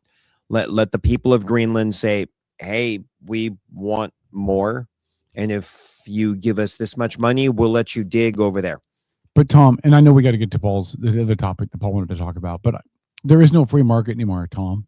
Of course, no, there's not, because the governments all over the world, including this country, are involved and altering and impeding and influencing these supposed free markets and everything they do. So you need to get out of this delusion that the free market actually exists anymore, because it doesn't, because there's too much government interference. Now, if you could get the government out, maybe there would be, but there's not. I disagree with that. The government is certainly more involved than they should be. But if you take a look at free market sites like eBay, you have to pay your taxes on eBay, sales and purchases and all the rest of that. But that is a free market. Right. That's in a very people small microcosm. But if you look in Port Orchard, we talked about this earlier in the show. There's no free market in Port Orchard, because even if you wanted to open a business, you got to jump through 37 hoops. Right. That the city of Port Orchard, right, the county of Kitsap, the state of Washington, agreed, OSHA, the Department of the Ecology, yep, and 18 other alphabet agencies tell you what you can do. There's no free market, which is why you go to the internet. Well, there is less regulation. I'll give you another example. Right. The escape room's been looking to expand for years. Yep. Sprinkler system. Well, but here's the great thing. In 2021, they came out with the International Fire Protection, blah, blah, blah, whatever the rules, right? And in 21, it said escape rooms are required to have sprinkler systems. In 2023, they revised it, and they said escape rooms don't need sprinkler systems anymore. Guess what Kitsap County uses? 2021. Yeah. Because they haven't had a meeting to ratify and accept the 2023. Right. Even though experts who know more than the elected dimwits in Kitsap County know, they won't come around to accept what the experts have said. And it's been years. And this is us. That's not just an us thing. It happens in every type of business in every county all over this country. Right. Why is that? Because we allow elected representatives to ass rape us. No, because we don't vote. We don't. No one goes out and votes. No one attends the meeting. And yeah. So that it hasn't changed because the government entity makes more money with the old rules because of the taxes and the fees and all the rest of the bullshit they pile on. And the permit. So if people would get off their asses and vote and actually pay attention to what they're voting for, things would be different. Yeah, but that's like saying if people doesn't don't want to have an abortion, you make sure you have sex with a condom, and you won't have to have an abortion because you can just be smarter. People are not It smart, is Tom. not the same. You're talking. no. You're on. talking apples and oranges No, right now, no. Kevin. It's What I'm saying is, Tom apples and I are and asking the same thing. Tom and I are asking the same thing. We are expecting people to do the right thing because it's the right thing. So that Oh they're- no! I'm not expecting them to. I have no faith whatsoever in the public at large to do the right thing, to do the smart thing, to do the common sense thing. I have no faith whatsoever. Yeah, none. Jake said changes among. I think he means coming. Jake, I don't know what tea leaves you're reading because I don't see any change coming at all. From whom? The Republicans can't get out of their own way. They're backfighting and backbiting with each other. The Democrats are playing the long game and doing a pretty darn good good job of it. They're basically waiting on their hands right now until 2028 when we're so sick of listening to Trump and Vance speak that literally a rock could get elected. And then they're going to storm in. They're going to undo everything that Trump did. And then they're going to use it as the impetus to do even more. There's no change coming, especially not in the state of Washington. I disagree. We're completely effed in this state. I disagree. About what point? Tom, I'm going to break your brain. I agree with this government legislation. I can't remember if it's executive order, but Trump has taken Wall Street out of the home buying business. I like that, actually. So BlackRock, Vanguard, State Street are no longer allowed to just lock, stock, barrel, inflate the prices, buy the homes, and keep the individual or family home buyer out. And I think that's going to be the biggest legislative piece that helps either solidify for the Republicans or for Trump or however you want to look at it in the future, because now we're going to be able to afford to buy our home. Yeah, but can I tell you why I think you're wrong? Why? Like, I agree with you. The legislation's great, but you know what he didn't do? What? He didn't stop foreign investment. The Chinese are buying up property hand over fist, and they can afford to pay top dollar more than the American families can. So until we get foreign investment out of these real estate markets and we temper back what countries like China can do, our kids still won't be able to afford to buy a home because the Chinese investment companies are going to come in here. They're not going to be Wall Street. They can still buy up all this property, jack up the property rates, and our kids are still going to be screwed. Trump needed to do both. He needed to get Wall Street out, and he needed to put a throttle on foreign investment in the real estate markets, and he only did one. He did it in the farm investment. So Chinese nationals can no longer buy. Oh, did he stop that too? Yes. Okay. All right. I didn't know about that. Yeah. Yeah. The housing, yes, I agree with you, and that needed to happen as well. But now, I don't know if it's by nation or what, but if you are not a U.S. green card holder or a U.S. citizen, you cannot buy the family farms because we're losing those as well.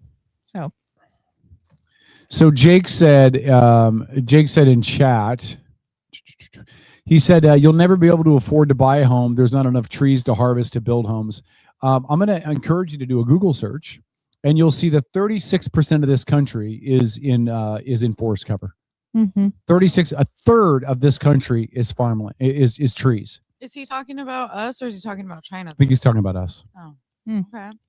I think he's talking about us. If I'm wrong, let me know. So there's certainly enough timber and lumber in this country. What screws us in this country with building is not the availability of timber. It's the fact that it's expensive to pay people really high wages to go risk their asses to cut down timber, and then it's expensive to haul it and pay for the gas And the permits. and the permits. So Expensive way out. And in these northern everything else, states, it's actually cheaper to import lumber from Canada than it is to use American grown lumber. That is correct.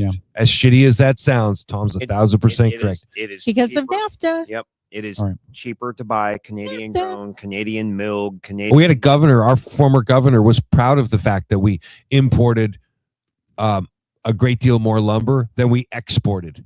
Which genius was that? Was that Bobblehead. Was it Governor Jay? Bobblehead? Yeah. Bobblehead. He was very public about that. Yeah. It was All right. ridiculous. So I want to switch over, Paul, because I know we were going to talk about the daycare and the fraud. Minnesota's gotten much of the heat for this, but as you mentioned earlier, this is now starting, including Washington State's been listed as a state that's received a whole bunch of money in fraud. How much of this is fraud and how much of this is non-media peeps. So to start with, there's something that people need to understand about this issue. There's a reason it's being referred to as the Somali daycare fraud. When and this gets back to the idea of multiculturalism, okay? It's a fucking failure. Why is it a failure? It wasn't a failure. Now it's a failure. It's a football team that used to play really good that now is not very good, okay? And why has multiculturalism failed? In my opinion, it's a direct result of progressive leadership in this country, in different areas, different states, at the national level, etc. And where does that come from? That comes from this idea that if you import 1 million people here from Somalia, a country that is poor, unable to take care of itself, unable to regulate itself, where piracy, literal piracy, is a way of life for many of them, right? When you import people from that culture and you bring them here into the United States, okay, and you set all of these special programs up, you cannot expect that they will not resort to the same types of behavior. Why? Because, again, multiculturalism is a fucking failure. And it's a failure because instead of encouraging people who migrate here, whether that's legal or illegal, you encourage them to retain their identity as citizens of that former country. It's not come to America, integrate and become American, enjoy American culture, become American. Nope. That's not what it's about at all anymore. This is why we see people protesting in the streets. You know, I am Mexico. I am Mexican. You know, rah, rah, here's the Mexican flag. Treat me different. Right? In Somalia, in Minnesota, what you have is a system that is being played out by the Somalians. The Somali culture, the large Somali, I don't even know what it's not just it's a community, okay? So when did we start seeing this fraud come out? Do you remember? I'm not talking about the daycare fraud. I'm talking about fraud within the Somalian community. I'll refresh your memory. It was during the 2016 election when we saw Ilhan Omar and her people doing what? Ballot harvesting. And they were offering to pay people, oh, let me take your ballot. Here's $20. Okay. We all saw it. It was clear as a bell illegal. That's not supposed to be done. But they were doing it and making fucking videos about it. That's how proud they were of it. Did anybody suffer repercussions from that? Not a damn thing. Okay. Nope. Now, I only bring that up because that's how far back we can go where we can look at that community and say they've been doing shit since then. Right.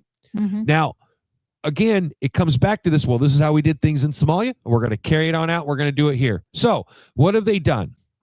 They've got a system of, let's take the daycares, for example, DCYF, Department of Community, Youth, and Families. Okay. What they do is they say, okay, click, clack. Yes, I'm being a total racist jerk for saying that. The family's name is Click Clack because I can't fucking pronounce it. Okay. So Click Clack says, I have kids. I need to take care of them so I get a job and work in America. DCYF sends a person out, sits them down and says, okay, well, here's what you can do. How many neighbors do you have? I got 14 neighbors. They all got kids. You can set up a daycare. You can take care of your kids and the neighbors' kids, and then we will pay you for it because you're in need. Really? Yes. In fact, we'll pay you $200 a day per kid. Oh, really? I'll take care of all my neighbors' kids. Great. Sign this paperwork. Okay. Signs the paperwork. Now, Click Clack has himself a daycare. Click Clack. Okay. Hey, stop laughing. Don't be a racist bigot now, Kevin. Okay. So Click Clack with his daycare is getting this money from the state. And then really shortly thereafter, Click Clack really realized nobody's checking my documentation, my paperwork, or anything. So I wonder what would happen. Well, let's see, I have 16 kids here. I'm going to put down 17 this month and see what happens. Holy shit, I got paid for 17 kids. Nobody said anything. Nobody came to me to check it out. Okay. Next month, Click Clack puts down he's got 20 kids. Holy shit, I'm getting a check for this. And it goes on and on and on and on to the tune of over 1,000 daycares owned by Somalian community members. Here's the problem. Most of those fucking daycares don't exist. Exactly. In some cases, they actually, especially the ones where they put up that they have a lot of kids, they'll put up a sign on an empty fucking building, right? Maybe they take pictures of it. I don't know what DCYF requires in Minnesota, okay? But they found out relatively quickly that Democrat and leftist-controlled states were really super friendly to Click Clack and his buddies, all right? So Click Clack and his buddies quickly, they take that idea. Well, we're going to fucking run with this, right? Well, why not? The Americans are giving it to us. Yeah. And the reason I say that this is how it's going is because if you watch Nick Shirley's videos, and I'm going to tell you, Nick Shirley ain't the best. In fact, he's kind of sucks as a person doing what he's doing. But you know what? He's happened on something, and good for him, right? Because if you listen to the, quote, interviews that he does, he's not particularly bright. I don't dislike the guy, but he's kind of an idiot, all right? And so in one of the videos, he goes in and he's asking at these stores because, there's more. It's not just daycares. Nope. And in fact, what's being said by many of the people that live in Minnesota is the center of this entire endeavor, this whole fraud scheme, daycare is just one spoke on the wheel. The middle of the wheel is what they call non-medical or non-emergency medical transportation services. Mm-hmm. That's literally anything that does not require, an ambulance, because Click Clack needs to go to Costco. So Click Clack calls his friend, the transportation company, up, says, I need to go to Costco. So his buddy comes and takes him to Costco. Okay? Waits for him while he's inside doing his shopping. And guess why? Because Click Clack and his family have to eat. And they got no way to get to the store without Click Clack's cousin, Road Bump, taking him in a car to Costco. He's got to have the supplies to live and eat, right? Oh, I got to eat to live. There's no more chickens in the neighborhood, right? By the way, the most endangered species in Ethiopia. So the next thing that happens, right? You don't just have the non-medical emergency transportation system, okay? You now have these amazing services that are being offered, like adult daycare. I love it. Right? Well, that's shit. They get to do the same thing with adult daycare. Beeler, you want to be my adult daycare? I really don't. I don't, Kevin. Make I it don't. $200 a day. Kevin. You sure know how to fuck up a freaking Kevin, presentation. you're Hey, $200 a day. Go ahead. Damn, dude. The world's waiting for an answer, Professor. She said no. She said no. Not even I could hear it $200 a from day. here. So anyway, trust me, it is a lot more involved in this. Diapers, But dude? for our friends, the leftist Democrats that may be listening, I'm trying to keep this as simple as possible. So you now have adult daycare, basically, is what it comes down to, but it's adult care facilities. Okay.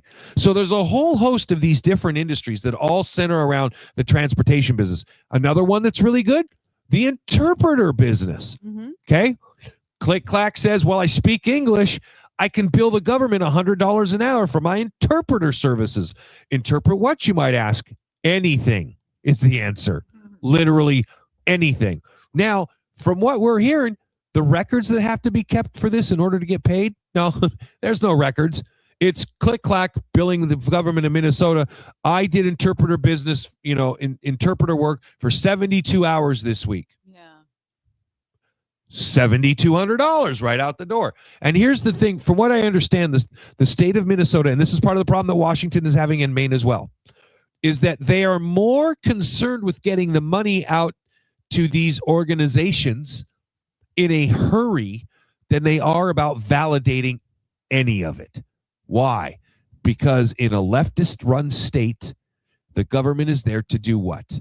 To help those they consider far less fortunate because they're immigrants and they're in a protected culture, a protected society, right? And listen, I'm staying away from the real racist shit. Like the fact in Somalia, the average IQ is 69. Okay? You think I'm joking? Look it up. It's not a joke. There's a reason why the IQs are so low in Somalia, because they've literally been interbreeding basically it's their culture. Okay? Mm-hmm. It's considered normal. And the more you do that, the more your IQ slowly goes down. I know that it's easy to think that I'm lying or I'm joking about this, but I'm really not. So what happens when you take a bunch of dumbass motherfuckers out of a country like Somalia and you drop them in the middle of Minnesota with a dumbass government like the progressive leftists have? and a dumbass governor who puts tampons in boys' bathrooms. Like, I'm just being honest. I know it sounds shitty to say it this way, but I don't know how to be any more honest about it. It's pretty bad that we have inbred people outsmarting our government. Well, it actually makes the Somali immigrants sound really smart. But There's- wait, yes, go ahead. there's more. Well, there's a lot more. In fact, Oh. if you in Nick Shirley's videos, if you watch him, he's been accosted on multiple occasions. Right. By who? Somalian people. Mhm. And Nick Shirley even points out in one of his videos, he's like, I'm sorry, it wasn't Nick, it was the guy he was doing the videos with. He was like, in all sincerity, dude, the Somali people, their culture as a whole, they are the most quickly agitated and violent people I've ever met. And sure as shit, man, these guys come out and they get in his face like, why don't you just say you don't want Muslims here? He's like, I didn't say anything about Muslims. He's like, why don't you just say you don't want Somali people here? And then the dude's telling Nick Shirley to change the Constitution. Like, we're talking about the dumb arguing with the infantile idiots. It's so stupid. It's mind-boggling that this shit is happening. And it's happening, Kevin, because for the people that let it happen, it's business as usual. For the people who disagree with it, it's Katie fucking Wilson in Seattle. You will not discuss this stuff. You will not research it. If you do, it's a fucking hate crime. Are you kidding me? Katie Wilson makes me want to fucking hit myself in the head with a 2x4. Well, hold on. Have you heard this? Minnesota State Senator and former Minneapolis mayoral candidate Omar Feta pledged yesterday to make Cedar Riverside neighborhood in Minneapolis a no-go zone for white supremacists. A Which means no-go anybody white. A no-go zone is a term popularized in Europe that that refers to Muslim majority neighborhoods where it is not safe for white people to go. Yep. But wait. And then he went on to say, white supremacists aren't welcome here. We protect our own. Yeah. Wow. But wait, who started all this? Think back to like 2010 and 2011 when states like Washington, Maine, Minnesota, New York, and California changed from a DSHS model for everything related to children. And they went to a what model? DCYF. Yep. Department That of was Community a Health and Family. Youth and Family. policy change. Nothing Can you we explain a voted little for. bit about that? Because I don't know. I know enough to understand it, but I cannot accurately explain it. Can you? So what happened with that policy change and the new administration or administrative branch, if you will, or agency, is that they cut out the auditing, the validation, and the home visits for adult care All that stuff, facilities. basically, right? Yep. For daycares, for non-medical, non-emergent Right. medical transportation, all of that used to be audited. I had a friend that ran a daycare for years, and every month she would have to phone in. And if children were not heard in the background, she would be called out. And every 2 months she had a home visit when Right. the children were present. Which is reasonable Mhm. for a place Same- taking care of your kids. Yeah, same thing. I had a friend that was a social worker. He was the only guy in the state of Washington that was approved for children 3 years and younger to take possession of the children. And they did that because one, he had an affinity as far as a good rapport with young children, not in a pedophilia Right. type way. Right. But the other thing was he was built like a linebacker. So if he had to go in there and the cops weren't there to protect, he was able to take the child out of the situation. And usually the parents weren't going to make a run at him. Yeah. Because he was built like a linebacker. He was Right. probably 300 pounds. Right. Nobody's going to, go up against him. He was 6'5". Because that is one of the complaints against these organizations, Right. right? Is that they take these children, they put them in foster chair, Yeah, foster foster care. care, Mhm. and then turn around and put them right back into the dangerous situation, right? Right. And so what happened when DCYF agencies were created in states like ours in Minnesota is that you took away through policy change. So think of Washington Administrative Code. They wrote out the auditing, the validation, the home visits, the checking up on them. They wrote that out. Do you They think there was something more reassigned- nefarious behind it? Just do something. That's a different branch. Okay. You're talking about the auditor under the state auditor. Right. I'm talking about each agency or each Okay.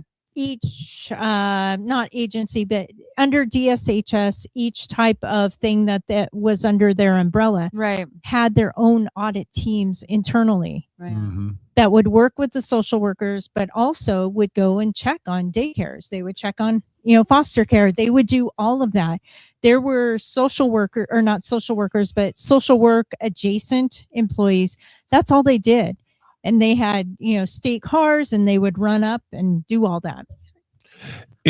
It's and they got mind-blowing. reassigned or they got laid off. Do you think that somebody took a look at that when they switched that over and went, "This is a hell of a way for people to defraud us"? I don't understand.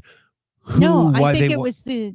You think it was intentional? In my opinion, I think it was a particular party that said, "Hey, this is how we can help our buddies who are running NGOs. This is how we can help our buddies in the government. Okay. This is how we can get past all of this."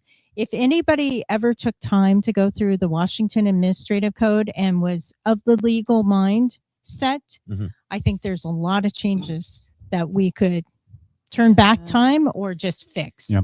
Hey, before we go to football picks, I have one other question for you guys, just really quick. So, lawmakers have put forward a bill that would ban police from wearing face masks or face coverings in public. Yep. It only affects Washington State Police. I know.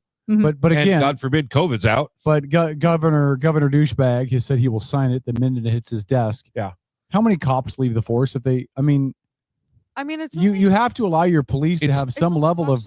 And it's not about cops. It's about not- preventing ICE from coming here But with they their can't masks do anything They about can't do anything I about think ICE. federal. Because it's federal, yeah. No, Agreed, but it doesn't totally stop a them from non-issue. trying. It's a State non-issue. police, right? Hold on, state It's not police. even that. But we have state police that work in narcotics enforcement, other kind of special ops, stuff like that, where they don't want their face out there. Not to mention SWAT guys. SWAT guys. How many you guys? talking like WestNet and stuff like Yeah, that? how many guys are going to leave the force? We're already the shortage of cops in the state as it is. You're going to, Dennis, we turn that down just a smidge. We're already telling people that they're going to have to now take the face coverings off and expose themselves and their family to possible recroachment by No. cartels, drug dealers. You don't think it's an issue? It's a non-issue. They can't because that is part of their dress code when they're in operations, all of that. So that's a non-issue. This is a feel-good Bob Ferguson throwing a softball over to the, the liberals, very liberal, and saying, we're taking care of ICE. See, I just signed this. Yeah. We're taking care. He's not doing I jack agree. shit. I agree. It's not Excuse going to my do anything language. with ICE, but I do Yeah. worry about when you're taking these SWAT guys, You these can't. WestNet guys. It's part of their dress code.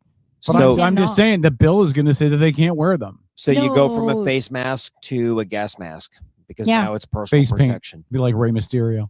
Okay. Yeah, Well, and they'll have their helmets. I'm going to throw this out there. Next week, I think we'll all come in and be prepared to have a good conversation about the other proposed bill, which is basically going to give or create a situation where sheriffs can be removed from the force for not meeting certain standards. Maybe even possibly if anybody has any connections What was to that? Sheriff Swank? Yeah. Swank, put out a phenomenal video, and Yeah, he he did. that's the Pierce County Sheriff. He came out hard against it. God bless him for it. I know I'll try to reach out to him through his Facebook page and stuff. I don't know if I'll have any luck, but if anybody else wants Well, to try they as well. already His test wife. run this. Huh? I'm friends with his wife. There you go. Is there Let's anybody go. you're not friends with? It's like you're like playing 7 Degrees of Separation with Kevin Bacon. I was just texting her. No, that's a beautiful thing. I'm just saying it's impressive. Yeah. Damn, Alicia, set it up. Democrats. That's amazing. Hook a brother up. Democrats keep saying that Donald Trump is trying to usher in like Nazism things. We're looking like Nazi this, Nazi that. The Democrats are following that playbook. Oh yeah. We're taking 100%. out elected representatives that represent the will of the people and replacing them with puppets that will do what the government Kevin, says to They've do. already tested God this bless in you. King County, though. King Huh? County Sheriff has already been removed. I know. It's an appointed position. They already But that's my point, right? We are everybody went with it, and now they're trying to. we are eroding away what the people have asked for in favor of the government Yes. picking their own Yes, to replace it. It's a and, scary and thing. I am proud of you as my friend, as a person that's been doing this show for all these years, because you may not be willing to admit it yet, brother, but you're a conservative. You really have I'm a become a moderate. conservative. I'm You're moderate. a conservative Democrat. I'm not even telling you to come out and say you're a Republican. I'm just saying you're a conservative Democrat. And God bless you, because you were the most leftist liberal motherfucker when we started doing this show. You were tipped over with your head in the sand. And now You're a real man. I Damn didn't- near an alpha dog. I didn't move at all.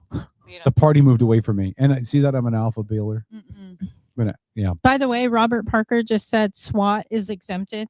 Good. Oh, is it? Yeah. Good. So Again, let's reach but out again, and see why you would fuck with the cops? Like why? Not. I will tell you why. He's following in the footsteps of California. That's all he's doing. Yeah. He's like, oh, what's my buddy down in the South doing? Let me just be like that Newsom guy. He's Yeah. so cool. FOMO. No, he's a douche. He's Yeah. FOMO. It's Yeah. totally FOMO. And listen, right Well, now, Robert, hold on. Beeler, I wouldn't call Robert that. Why are you calling No. He was talking about Newsom. Oh, I thought you was calling Robert a name. I thought that was a you little asked low. why they would remove that position and make it an appointed position. Because whether you realize it or not, the most powerful elected position in your county is the sheriff. Yeah. Full stop, right? Because the sheriff can say that's unconstitutional. That's not happening in my county. Yeah. Yeah. Same thing with Chris Reichdahl. They were trying under Bobblehead to make that OSPI a appointed position. I think it was on the ballot. too. OSPCA? Huh? The public instruction. Yeah. And because Chris Reichdahl wanted to be there for life. And Are you serious? Yeah. And wow. There were interviews showing him talking to DNC within Seattle about how he wanted this job for life. He was lockstep with them, blah, blah, blah.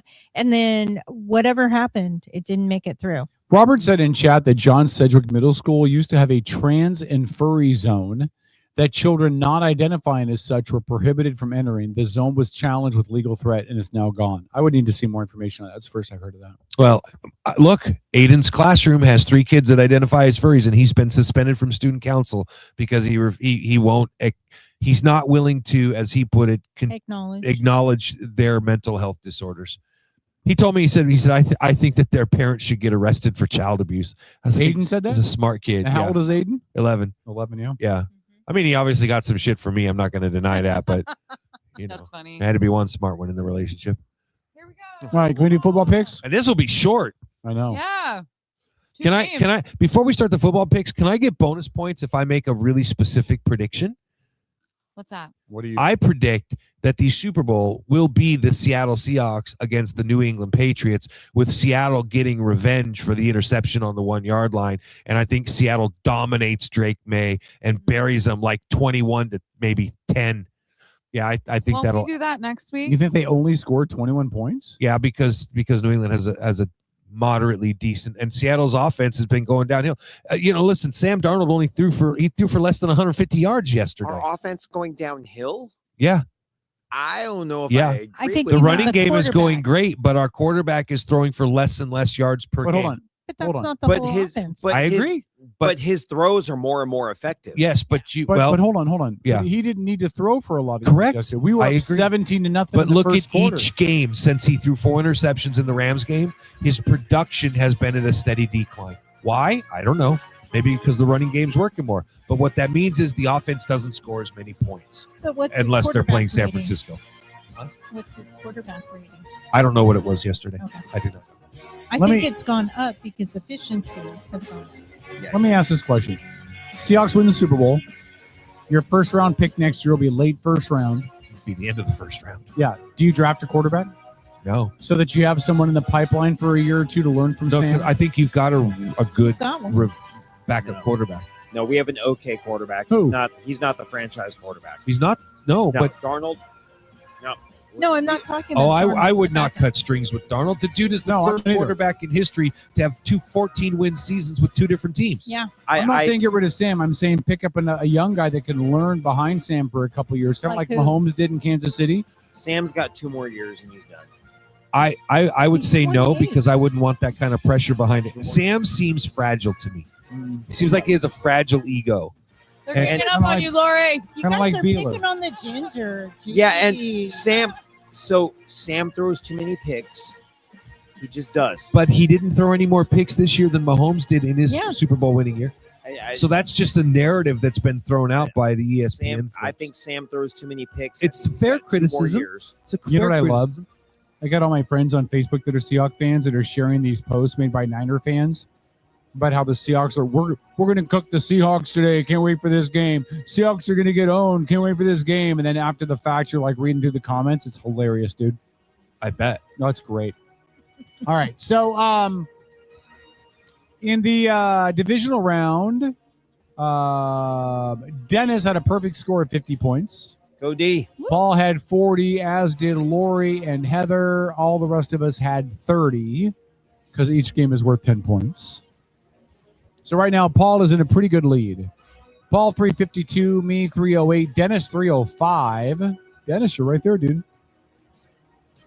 Tom 284, Beeler 247, Lori 240, Heather 240, Trojo 220. How appropriate that Trojo's bringing up the lead, bringing up the rear. No, he's got to let those Cowboys go. Not the first time he's brought up the rear, He'll if you do know what I better. mean. All right. If he let those Cowboys go, he'll do better. So only 2 games to pick. Paul, we'll start with you first. The first game on Sunday, New England traveling to Denver. Again, it's important to note that Jason Stidham will be your starting quarterback for the Broncos after Bo Nix busted a bone in his ankle. Yeah. I feel bad for the kid, and I hate the kid because he's a duck quarterback, and I think duck quarterbacks are awful, but it sucks to know that you've got your team. I liked Bo Nix. I thought he was a class act in the lead up to the college championship game. Hell of a and the quarterback. pack. Yeah, he's great. He's a good quarterback. Duck or not, some of us are able to put our prejudices aside. Yeah, I'm not. Bo Nix is a great quarterback. Yeah, I have a lot of respect for him. So, Paul, who you picking? New England at Denver? Oh, definitely New England. Denver may make it a game, but it'll be because of their defense. I'm picking New England as well. Tom? Yeah, I think I'm going to take New England on this one. Beeler? I'm also taking the Patriots. Dennis? Yep, the Patriots. All right. Lori? Patriots. All right. I think we're all picking the same teams this week. It's a clean sweep. Seattle. I know, which is wonderful because nobody will get closer to my score. Here we go. Rams at Seattle, second game next Sunday. Seattle a 2.5-point favorite. What time is that game Sunday? I will tell you. Because we may need to talk. Yeah. Ain't nobody going to want to be sitting in here doing a radio show while that game is on 3:30. TV. 3:30. So it'll be over in time for the 7 o'clock show. Okay. Yeah. You're lucky. Or nobody would be here. It's going to be close. That's a 3-hour game. It'll be over by 6:30. It'll be fine. Unless it goes to OT. Well, There's then that's been a whole bunch of OT this Yeah, there has. postseason. This will not be an OT. This will be a thrashing. You think it's going to be Oh, a yeah. thrashing? Listen, the Rams today could not score So a team from LA most of the couldn't game. score in the snow. Most of the game against the Bears. We have a much better defense than the Bears. Yeah, I don't think it'll be that close. I don't think it'll be a blowout like the Niners, but I think it'll be more than you guys think it will be. I'm going with Seattle all day. Tom? Oh, for sure. Seattle. Beeler? Kevin's like, I'm a Seahawks fan. Look at me picking my team. Sorry, Beeler. Seattle. Dennis? Seattle. Lori? Seattle. And Paul? Rams. Oh, Rams. Thank you, Paul. I'm fucking kidding, dude. Who do you? Jeez. All right, Tom, double down. So this will matter because your double down team could really come into play, right? I mean, you could get an extra point if you're right, or somebody could pull ahead of you if you lose. Yeah. Tom, who is your double down? Give me the Broncos. Denver? Oh, he's Nope. hedging his bets. Okay. Beeler? Yeah. Beeler, who do you got? I'm also going to go with Denver. Beeler? You Huh? said Beeler. Oh, I'm sorry. Beeler, Denver. Sorry. Dennis? But Bo Nix is out, right? Yes, he Yeah. is. He's got a broken Yeah. ankle. Yep. So I'm gonna go New England. Okay. Lori? Broncos. All right, Paul? I'm taking New England as my double down. Yeah, I am too. All right. That concludes our picks. Look how quick and easy picks were. Thank God. Final words. Yeah. You want to start with Beeler? Hold on. Before we do that, let's just go check the chat here. John said his QB rating was 110 last game. That's pretty good. That's pretty good. Yeah. See? John John. also said another Seattle-New England Super Bowl matchup. I'm down with that. I'm good with that. The game is going to be in Santa Clara, which Yep. is where the Niners play. And you know what that means? That means Journey will play during one of the opening ceremony shows. They just did that. Huh? They just did that 2 weeks ago. They'll do it again. They'll do it at the Super Bowl. They did it last time they were in Santa Clara, too. Kevin, Wait, I thought they were having another dispute or whatever. they always are. I swear to God, Journey is more dysfunctional. A bunch of high school girls. Yeah. And Kevin Nelson said that. Oh, your mic's not on. There you go. Try to get Kevin, did you turn somebody's mic off? No. again? No, I was crunching on Doritos, so I turned it off okay. so I wouldn't be a jerk. Yeah. Uh-huh. But no, Santa Clara is where I fenced my first national event. Nice. Dude, how much money did you make off of it? Not a penny. How'd you fence something and not make any money off of it? Wrong kind of fencing, man. Oh, he's talking about building fences. Come on, Paul. No, also the wrong kind of fencing. That's Kevin Nelson said masked riders should be unmasked. I don't disagree with that. Yeah, if you're gonna riot in the you should take off your mask. Yeah, if you're gonna make the cops take off their well, mask, riders should take in leftist states, there's rider. nothing like making laws to That's what I heard punish too. law-abiding citizens and let the lawbreakers get away with shit, right? Yeah. Mike Fairchild said they had whistleblowers years ago telling about the fraud going on. They did nothing. Yes, he's correct about that. Yep. Now we have snitch lines. Jake said that he has 20 kids with 25 different women.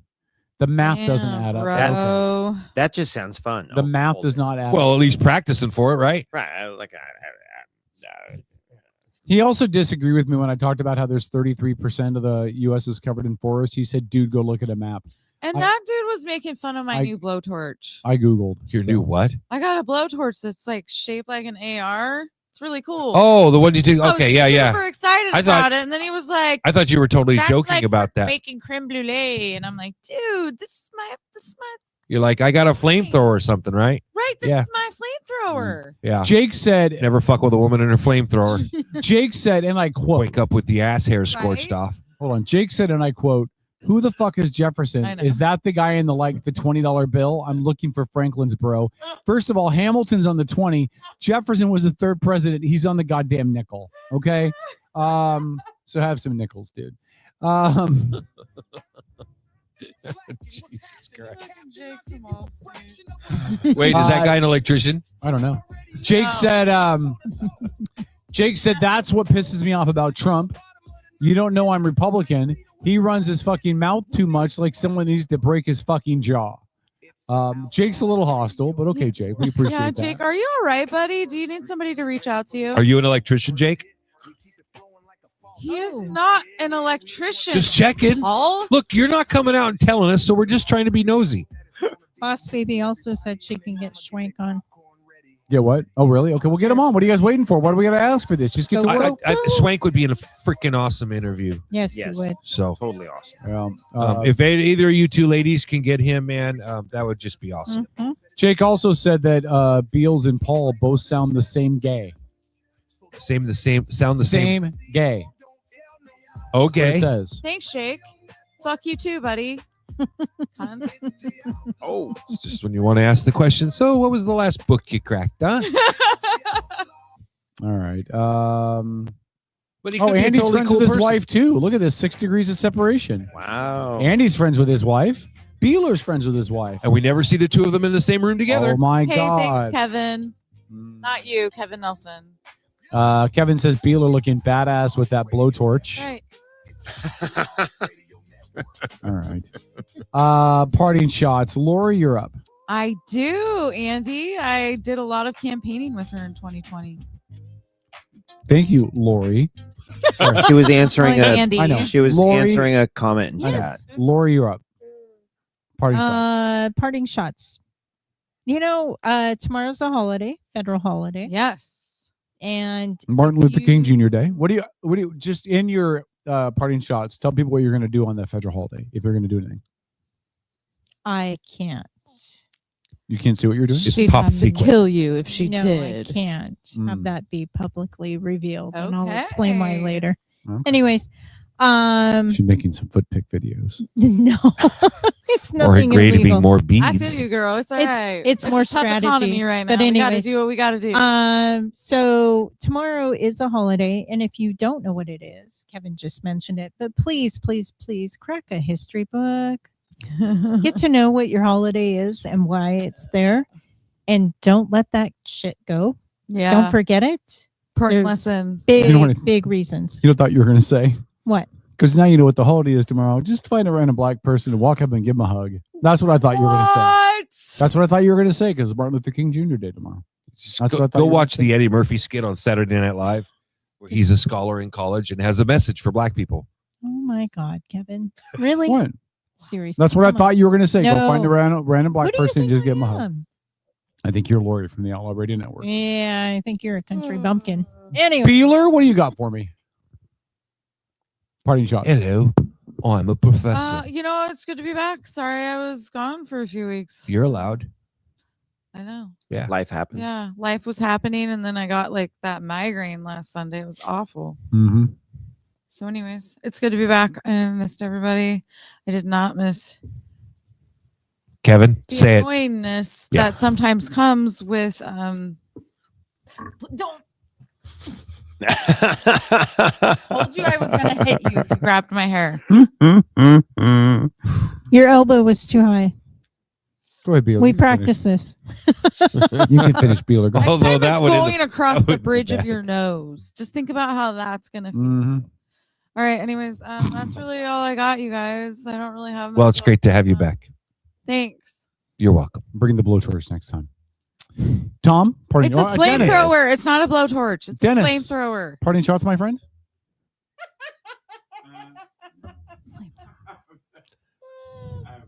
Your mic's not on. There you There go. it is. Wait a minute. When our mics aren't on, that makes sense. When yours isn't on, Dennis, are you okay? I can question that. And it's a lot of buttons, man. Amen to that. Touche, Dennis. That was well said. Robert said Lori does not reveal what she's doing on the holiday unless you're subscribed to her OnlyFans. Look at that was kind of funny. The fact that Robert knows you have an OnlyFan, though, does bring a lot of questions to mind. I certainly do not. Them OnlyFans models make a lot of money, man. Tell you what. Mm-hmm. Music's turned up. Thank you, Dennis. What's your parting shots, my friend? That's it? Cooperate for kids. I'll say it for him. All right. Tom. Oh man, I had a parting shot at the beginning of the show I wanted to share, and now I can't remember what it was. We've gone down too many rabbit holes. Take notes next time, man. Yeah, Take notes. I'll scribble it down next time. You know, the thing that disturbs me the most, I think, still is the fact that we don't have an educated voting population. You know, I mean, just please read a little something and get out and vote. You know, I'm not asking you to devote hours and hours to studying it. Just make an informed decision. So I know we don't have any voting coming up soon, but I want people to start thinking about it. Mm-hmm. You know, I mean, nothing's going to change if you don't go out and change it. Exactly. I don't disagree with that at all, bud. Thanks for being my friend, Tom. I love you. Aw, Paul, love you guys too. What the fuck do you want? Damn. Go ahead, Paul. What's your parting shots? To something Tom just said, and after our guest earlier tonight, I if you had to ask me what our biggest problem is in this state, I would probably say a lack of an educated base, right? Because the voters in general are so amazingly uneducated in this state. That's probably the biggest issue, because if you could educate that voting base, you can start to make things happen, right? If you just get people to help them understand, you know, and add on top of that the fact that King, Pierce, and Snohomish County basically make all decisions on a statewide basis in this But they beautiful don't have state. to. That's right. They don't have to. That's kind of gets back to the education point, right? If we could educate people, especially in Eastern Washington, if you'll fucking vote, you could have an impact. Put a pin in that. To quote Dennis earlier, cooperate for kids. Children are our future. If you lead them well, you can let them lead the way. I you know, the more you sigh over there, the more I want to just keep going. I got like rap. I used to rap Hotel California once on my birthday. It was crazy. I learned a lot about that song when I did that, by Can the your way. asshole take this? Because that's where I'm getting. I'm getting really close. Which end? I mean, because somebody got me lube for Christmas that I still haven't gotten over, and the condoms were extra large. Start like this. That was supposed to be a compliment, Paul, I Not even think. true. I don't know. Anyway, everybody have a great night, a safe week. That's all. Except Beeler. Go home and buy more batteries. I'm gonna have to. Damn it. Shut up. Parting shots. So tomorrow is going to be an escape room day for me. Oh. Me and my assistant manager at the escape room and two of the owners of the escape room. We're going to go play not one, not two, but 3 escape rooms tomorrow. Nice. We're going to play 2 in South Center and then one up in Kent. It'll just be back to back to back escape rooms tomorrow. I do recommend, if you like escape rooms, go down and check out the ones in South Center. In addition to Kitsap Great Escape, the only official escape room in Kitsap County, we're better than everybody else. But in the at South Center, they have one called the Playground. Where's that at? It's in South Center Mall. Oh, it is. Yeah, Okay. but they, and I don't remember the name of the company, but one of their rooms is called the Playground. Mhm. It is probably the coolest escape room I've ever played in my life. Okay. Is it cooler than Professor Whipple? I think so. But the part of the reason why I love this room is because when I played it was called the Rugrats room. Mhm. It was based off the Rugrats, so all Right. the animation was Rugrats and the all of it. So it was cool. But there's some really cool elements to it. Because Professor Whipple was really. Whippleton's Mystical Manners are great. Yeah. That's what it is. When I read the description for that room, I thought this room's gonna suck. Shut up, Paul. It was good. No, that escape room is The so room was- awesome. No, but I'm just saying when I read the kind of the yeah. description of it, it didn't sound great. But then you played, it was like that. That's amazing. And just by the way, just keep in mind that Christmas Story at Kitsap Great Escape is going away at the end of the month, and then that new room goes in about March 1st ish. And So Christmas it'll be Story fun. was fun too. Yeah, Christmas Story was Good good. night, everybody. My final parting shot, Beeler. Final? Yeah. 10 minutes Still later. going. I'm only doing what you told me to do, which is to keep talking because she keeps saying Oh, that's it. true. Yeah. That's true. I'm listening to Paul. Every time Um, she makes that sigh noise, just keep it going. Here's what I'd like to ask. Could you all of imagine having sex with the professor? Like I do that all the time. Hearing that right in the middle, dude, that would just Yeah. She's Man. literally like, "Are you finished yet?" Oh my God, those words would never come out of my mouth. What is wrong with you? Beeler would be like, But "Hello." according to Kevin, it's what, 13 seconds? So I don't have time to get Beeler the would be words like, out. "No." Beeler would be like, "We're 5 minutes past. Can you just hurry up, I would please? not. Can you just be done? Insane. I need to get some sleep. I got to teach class tomorrow. You're 5 minutes over." Oh my gosh. Did you just flick me in the head? Yeah, it really did. Damn. Hey, careful, you're gonna hurt her back. Remember, you're on camera. You don't want anybody to see. There's a record of it. All right. Good night. Anyway, my final parting shot is this.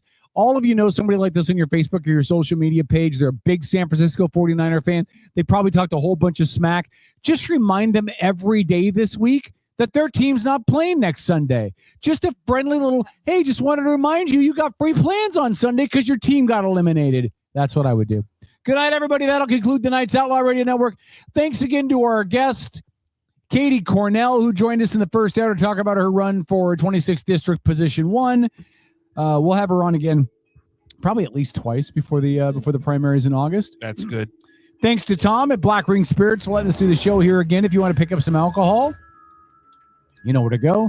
If you're a Republican, you probably need some in this state. Thanks to our fine sponsor, Destination Highway 420. You catch them on Hollis in East Bremerton. Stop in and tell them that Beeler sent you. Go see their bud tenders. Go see They are the best. Who was the bud tender you recommended, Tom? Danielle. Oh, Danielle. Danielle, your mic's not on. Turn your mic on. God. Danielle. He's recommending go see Danielle. Go see Danielle. Danielle. Yep. Danielle. Thanks again to Kids Have Great Escape. Thanks to Dennis for running the boards and doing all the good stuff that Dennis does. Thanks to Beeler for just looking damn fine tonight. Thanks to Paul. She sighed.